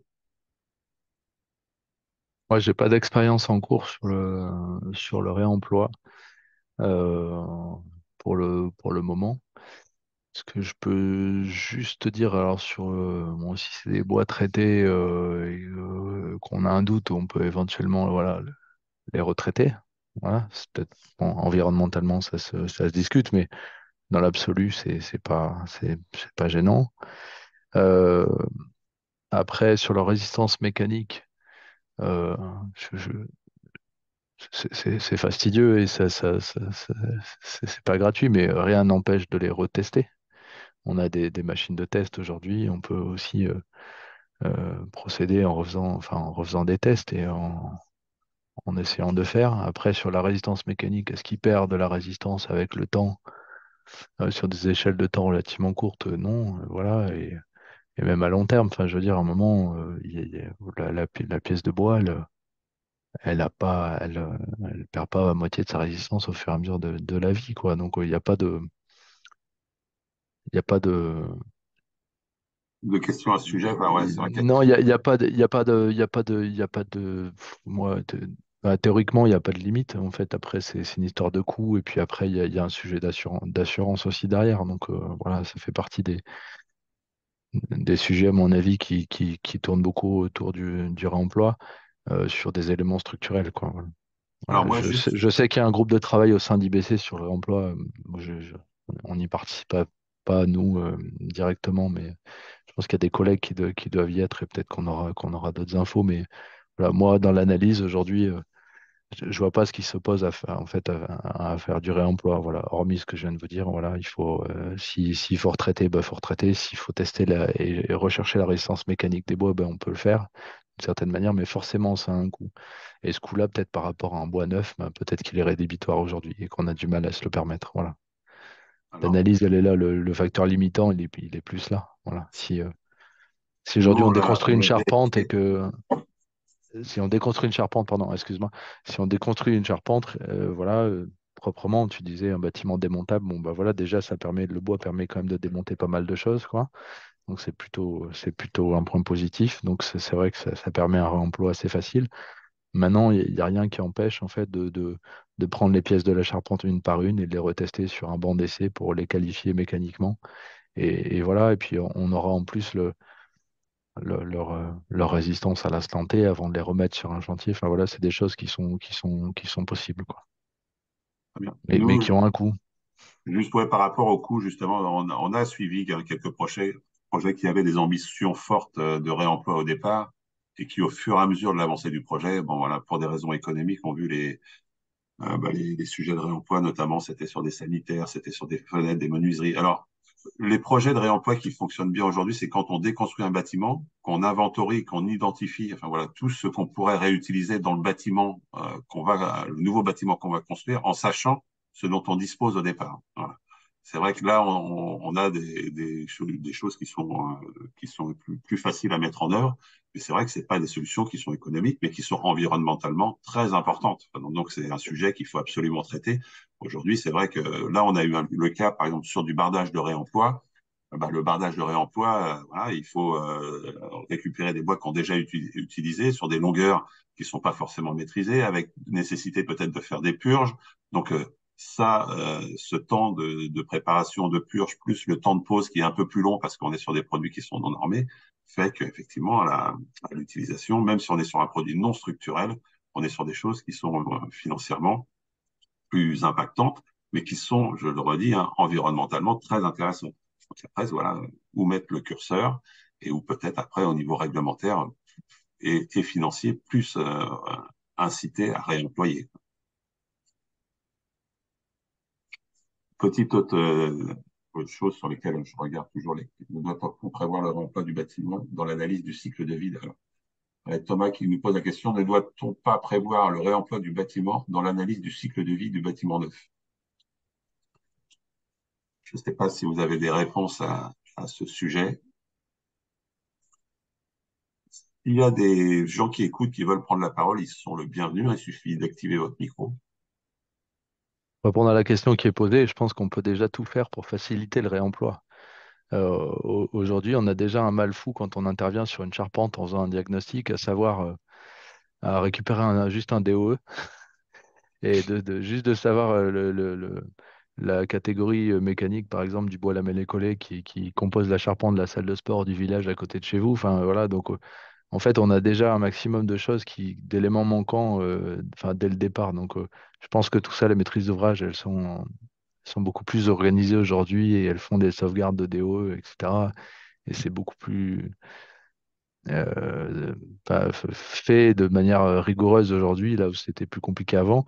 Donc ça, c'est déjà des éléments qui peuvent aider et favoriser après le réemploi voilà, la salle qu'on construit aujourd'hui. Peut-être que si dans 50 ans, elle doit être démontée pour une raison X ou Y, si on a un DOE crédible, fiable, qui a été fait sérieusement, on sait déjà se baser sur la résistance mécanique du bois de l'époque et ça nous donne déjà une idée, ça oriente déjà les choses et ça permet à l'ingénieur bois qui passera derrière nous de dire bah, en fait finalement voilà c'était par exemple un lamellé collège L24H. Donc voilà, il a 50 ans, peut-être que si je veux prendre un peu de sécurité, je minore un peu sa résistance, mais voilà, grosso modo, j'ai déjà la certitude de la qualité mécanique du bois que j'ai là et qu'on va démonter, quoi. Voilà, ce sera un élément favorable. Moi, il y a un autre petit sujet que tu avais abordé là, Thomas, aussi sur les solutions entre guillemets miraculeuses. Enfin, voilà, des entreprises qui arrivent, qui ont réinventé la construction bois. Enfin, faut savoir que le mur ossature bois aujourd'hui, enfin, structurellement et mécaniquement, c'est peut-être la solution la plus sobre qui existe, hein. C'est une lisse basse, une lisse haute et un montant tous les 60 centimètres qui est contreventée par un parement généralement d'OSB qui fait une dizaine de millimètres. Et ça, on ne peut pas mettre moins de matière dans un mur que ça, quoi. Donc, voilà. Et les systèmes poteau-poutre et les systèmes, tout ça sont des systèmes qui sont validés, qui sont optimisés en termes de consommation de matière. Et quand on a des gens qui arrivent avec des systèmes, voilà, qui arrivent avec, par exemple, on voit beaucoup de modulaires aujourd'hui, enfin, en tout cas, des entreprises qui se structurent autour du modulaire. Aujourd'hui, on n'a pas véritablement de chantier, un retour d'expérience satisfaisant sur ces systèmes constructifs-là de gens qui ont mis en œuvre ce genre de projet, ou alors voilà, des systèmes de caissons de petites dimensions, des choses comme ça. Bon, ça peut convenir pour de l'autoconstruction, pour des gens mais pour les charpentiers bois aujourd'hui maîtrisent déjà enfin, de plein de panels de solutions constructives qui sont déjà très optimisés, hein, qui sont bonnes en mécanique, qui sont bonnes en sismique, qui sont bonnes en termes d'étanchéité à l'air. Alors, on peut réinventer, hein, mais si vous utilisez des solutions nouvelles, vérifiez bien qu'il voilà, y a des retours d'expérience concluants et qu'il y en ait un certain nombre. Parce que nous, on est beaucoup confrontés à ce genre de choses où après, on nous appelle en nous disant ça se passe pas comme prévu. Bah, effectivement, mais par exemple, on fait du modulaire, le modulaire, c'est très, très technique, hein. Et des gens qui s'inventent modulistes, qui ne sont pas charpentiers, bah, il y en a. Mais c'est vrai que quand on arrive en conditions conditions réelles sur un chantier on voit que ça se passe pas bien. Voilà, donc ça, c'est vraiment des points de vigilance importants. Je peux faire un petit retour, Thomas, s'il te plaît. Bien sûr, Jean-Louis. Voilà, c'est un petit retour sur le travail qu'on est en train de faire à la Bois Normandie. En fait, on a 3 groupes de travail en cours. On a un groupe de travail avec le bureau d'études. Alors, Un juste groupe de Jean-Louis, si tu peux te présenter parce que. Ah oui, donc Jean-Louis Linares, donc moi je suis bureau d'études spécialisé bois, donc j'ai créé un bureau d'études en 98, je l'ai revendu en 2020, donc maintenant je travaille beaucoup moins parce que je suis en retraite, donc je fais de l'aémotechnique spécialisée, mais pas de la programmation, hein, je fais surtout office de tiers extérieur quand il y a une divergence d'analyse sur un projet. Bon, j'interviens surtout dans des climats conflictuels et je fais de l'expertise. Donc, je suis aussi élu Bois Normandie. Et donc, on a fait donc, je disais, on a 3 groupes de travail. On a un groupe de travail avec les bureaux d'études. Donc, les bureaux d'études spécialisés bois, on est très peu nombreux en Normandie. On est 3. Voilà, c'est mieux qu'avant. Avant, on n'était que 1. Mais aussi les bureaux d'études béton qui font du bois sur les petits et moyens projets. On a un groupe de travail avec les AMO normands qui sont preneurs. Et là, on démarre le 3e groupe de travail avec les contrôleurs techniques. Eux, ils sont vraiment très preneurs. Là, ils sont tous présents, hein, les référents bois. Et nous, notre constat de départ, c'est de dire que quand on est bureau d'études spécialisé, on est consulté souvent par l'entreprise qui a remporté son appel d'offres, petit ou moyen, hein, on ne parle pas des très gros projets. Elle nous demande de faire l'exé, et quand on fait l'exé, on s'aperçoit que l'avant-projet, il tient pas la route. On est obligé de refaire tout l'avant-projet. On va se fâcher avec le bureau d'études d'avant-projet, avec l'architecte, avec le maître d'ouvrage, avec l'entreprise qui nous missionne, parce qu'à l'arrivée, on va tout bouleverser, on met tout par terre. Et puis, on est obligé de critiquer nos confrères au bureau d'études, qu'on n'aime pas du tout. Donc, on a réuni les bureaux d'études qui avaient un affichage compétences bois dans notre région. On en a eu une quinzaine. Ils ont pratiquement tous été partants. Et on a travaillé avec eux. On a mis à jour 6 points de vigilance pour bien réaliser un avant-projet bois. Bon, je vous donne les principaux. Les principaux, c'était faire un prédimensionnement des assemblages en avant-projet, pas laisser ça à la mission PAC de l'entreprise à la fin, parce que souvent, c'est ça qui dimensionne. Regarder la stabilité de l'ouvrage, parce que ceux qui font du béton, la stabilité, ils s'en fichent, puisque c'est lourd et tous les assemblages sont encastrés s'ils veulent. Hein. Et puis, dans un autre registre, être capable de faire un DET, c'est-à-dire un suivi sur le chantier, parce que c'est là que ça se passe. Hein, le sinistre, on peut avoir une très belle étude. Si sur le chantier, c'est pas suivi d'effet, on va avoir un sinistre. Donc, on a ces 6 points de vigilance et chaque bureau d'études, il s'auto-évalue en disant ce point-là, je le fais, ou alors faire une description, parce que souvent, c'est les économistes qui nous prennent la mission. Et puis, quand on a une mission type avant-projet, avoir toutes les missions, pas faire uniquement un plan de guide, faire toutes les missions de l'ancienne MOMOP. Donc chacun il évalue, ça je le fais, ça je le fais pas, j'ai pas envie de le faire, ou ça je le fais, mais je vais me mettre tout en œuvre pour le faire. Donc on a identifié ce point de vigilance.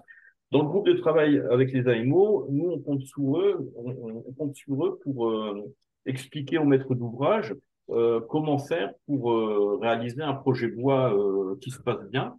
Donc le premier thème, c'est bien choisir l'équipe de maîtrise d'œuvre.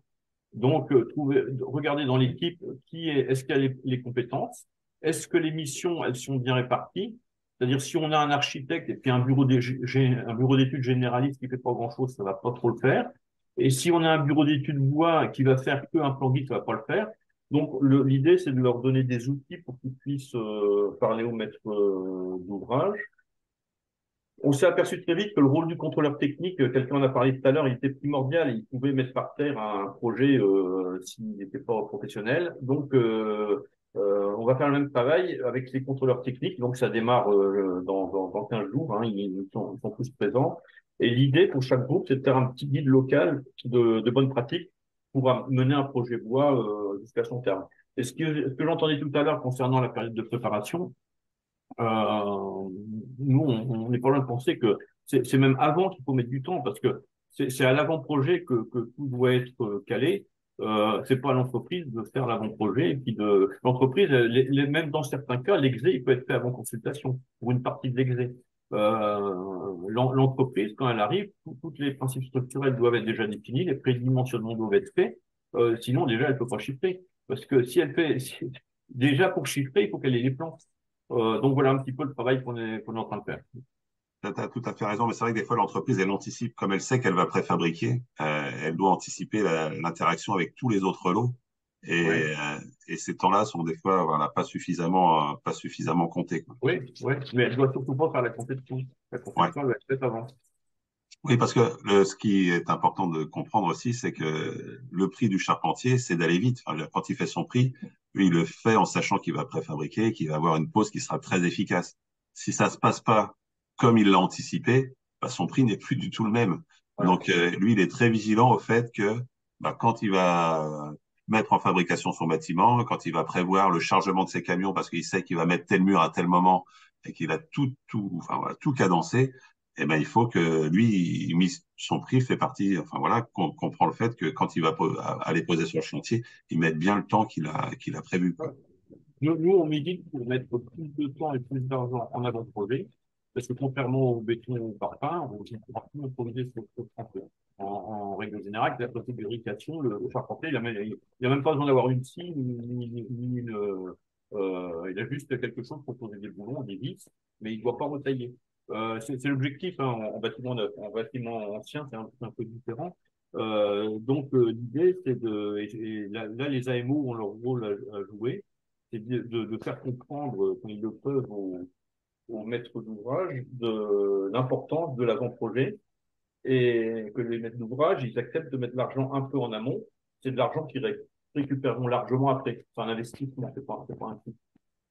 C'est exactement ça, voilà. C'est un investissement et pas un coût. Je sais pas s'il y a d'autres commentaires par rapport à ça.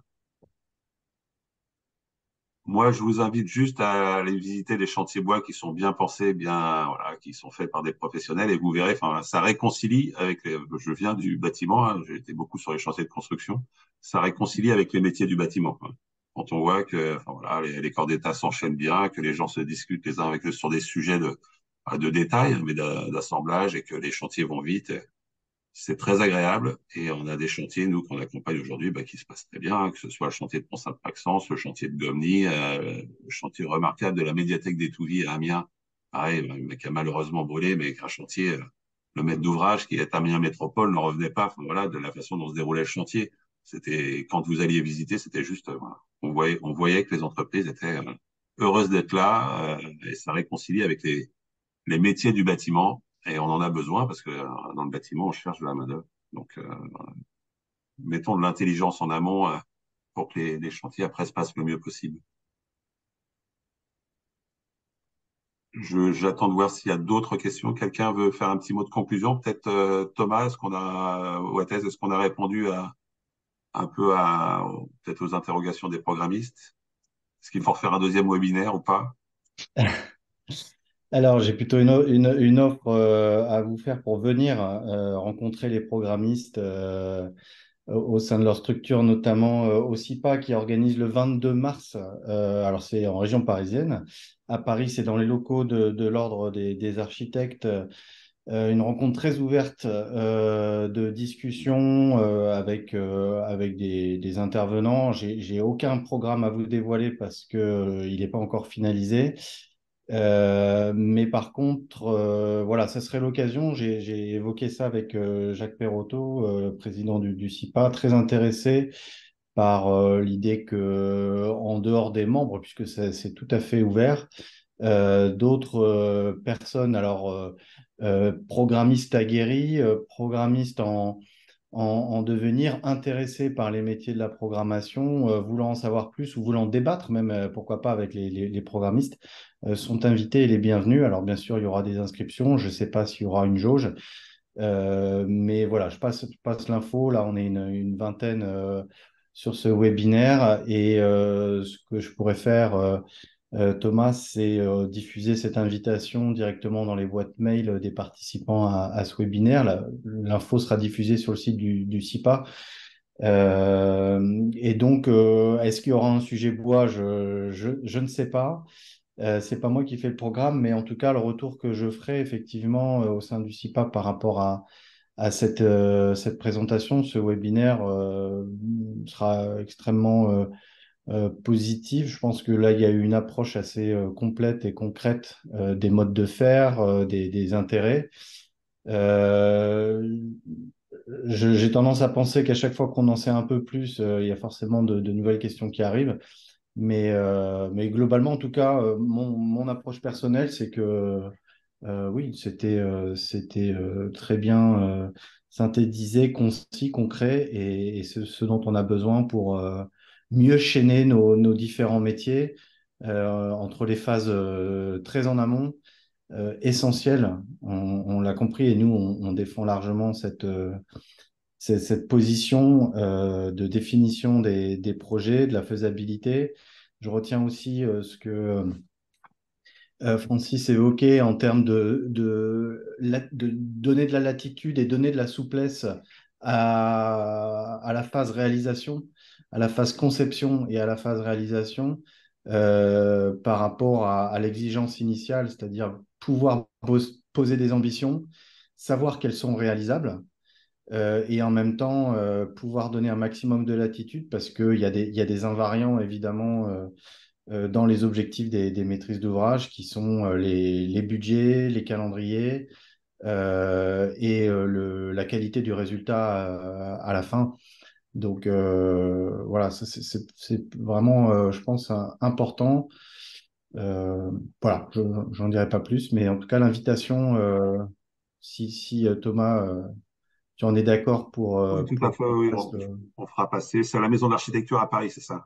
Non, c'est dans les locaux de l'Ordre des architectes. Alors, je ne sais plus exactement D'accord. Bon, bah, le ça, nom du lieu, mais voilà, 22 je mars, dirais. pour ceux qui s'intéressent, vous pouvez bloquer un créneau dans les agendas et on vous en dira plus là dans les 10-15 jours à venir, je pense. Ça marche. J'ai Dorothée qui a levé la main. Alors, Dorothée, Oui, c'était juste parce que je suis administratrice du SINOP-SIPA et donc je pouvais donner un peu plus d'informations sur cette Oui, journée Dorothée. temps fort profession programmiste qui est donc bien le 22 mars 2024. Alors j'ai perdu aussi le lieu, mais c'est C'est un ah coup bah doux. je l'ai mangé, mais effectivement on vous enverra tout ça par mail. Je pense que c'est ce qui est mieux. merci beaucoup. Bah, ce sera fait. Sébastien, Sébastien Tanné de la région de France. Oui, oui, bonjour à tous. La- on avait réfléchi un petit peu avec Thomas en amont de ce webinaire à se dire qu'il serait intéressant de se faire un petit document quand même de synthèse de tous ces facteurs clés, ces conditions. Monsieur Linares a évoqué le fait de travailler sur un document au sein d'une autre région. Je me disais, est-ce que finalement, on ne pourrait pas faire au niveau national, mais même si on est sur deux, trois régions au départ et en partenariat avec le SINOF-SIPA, un petit document d'une page recto verso, mais qui est avec le réseau Fibois, enfin voilà, avec différents partenaires, mais on se met d'accord sur tout ce qui a été dit aujourd'hui. On a la matière pour revenir sur ces sujets-là. Et à la fois Fibois peut diffuser dans son réseau ses préconisations, mais aussi le réseau Sinov SIPA dans son réseau. C'est-à-dire que le plus important, c'est d'aller toucher tous les gens qui ne sont pas là aujourd'hui. Hein. Euh, et, et, donc, on doit se demander comment on fait pour les raccrocher. Tous ces programmistes et AMO qui ne sont pas là aujourd'hui. Et donc, bah, poursuivre ce. Alors voilà, il y a la forme de l'événement. Moi, je suis aussi partant pour une diversité de supports. Là, il y avait le webinaire. Donc, je me demande si on ne pourrait pas produire tous ensemble un petit document d'une page. Soyons pas trop ambitieux, mais sur lequel ensuite on le diffuse le plus possible pour rappeler les éléments de bon sens qui ont été évoqués aujourd'hui. Bon, en gros, une suite ce webinaire. C'est clair que oui, moi, je pense qu'il faudra se rapprocher aussi de Jean-Louis avec le travail qui est fait en Normandie, qui ne concerne pas que la Normandie, il concerne la programmation des projets bois. Et donc ça, ce sera on pourra Une autre tout à fait en petite, discuter. une autre petite info, la région Normandie, hein, la sollicité Fibois, pour participer à la rédaction du contenu d'un AMI concernant les AMO en relation avec des projets bois et biosourcés.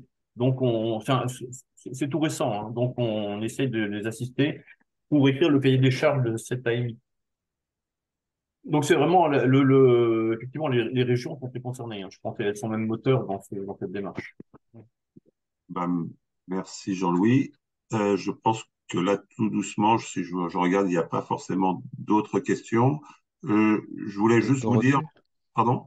Je crois que Dorothée a levé la main. Non, Oui, c'était juste pour dire que j'avais retrouvé, c'est dans l'ancien couvent des Recollets, au 150 rue du Faubourg Saint-Martin, qu'aura lieu. ouais, bah c'est à la gare de l'Est, en fait. C'est la maison de l'architecture. Ouais, ouais, c'est Ah, bien ça. d'accord, ok. Et en fait, cette maison-là, elle est dirigée par Stéphane Cochet, qui est un architecte parisien, et qui est un spécialiste du bois aussi. Donc, vous en entendrez peut-être parler. D'accord. C'est là qu'on fait justement, c'est là que je voulais terminer là-dessus. C'est là qu'on fait, nous, une formation aussi pour faire monter en compétence un petit peu tout le monde. Fibois France a créé une formation de 15 jours. On n'est pas formateur, mais on s'est dit, effectivement, c'est très complexe de construire enfin, c'est très complexe.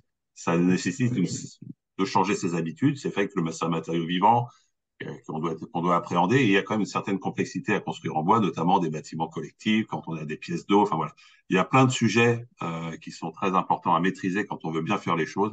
Donc on a créé une formation longue qui s'appelle 2CBBC, concepteur construction bois bas carbone, qui est en présentiel et en distanciel, où on visite la forêt avec l'ONF, on visite des charpentiers, des lamellistes.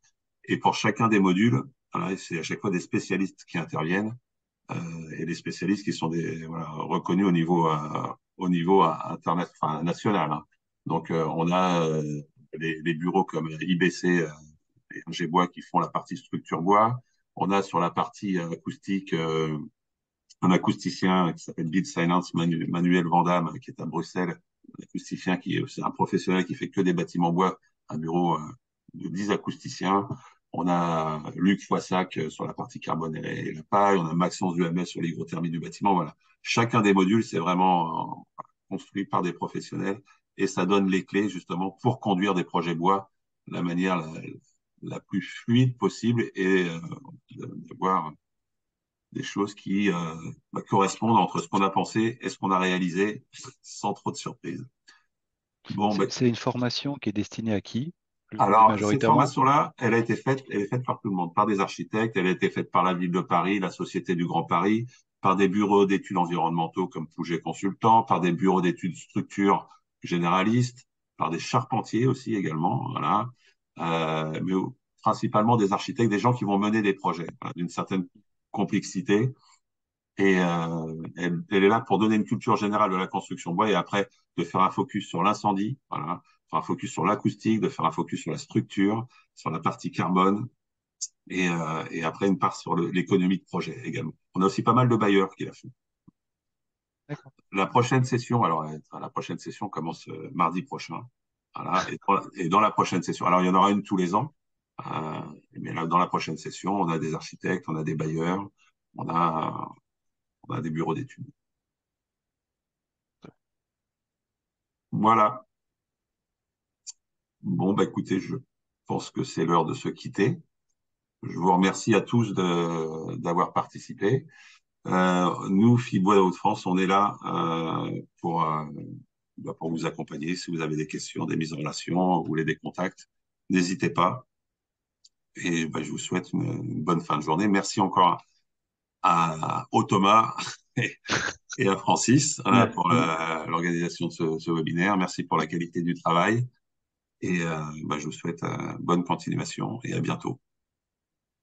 À bientôt. Merci. Merci. Au revoir. Au revoir. Merci. Bonne fin de journée. Au revoir. Au revoir.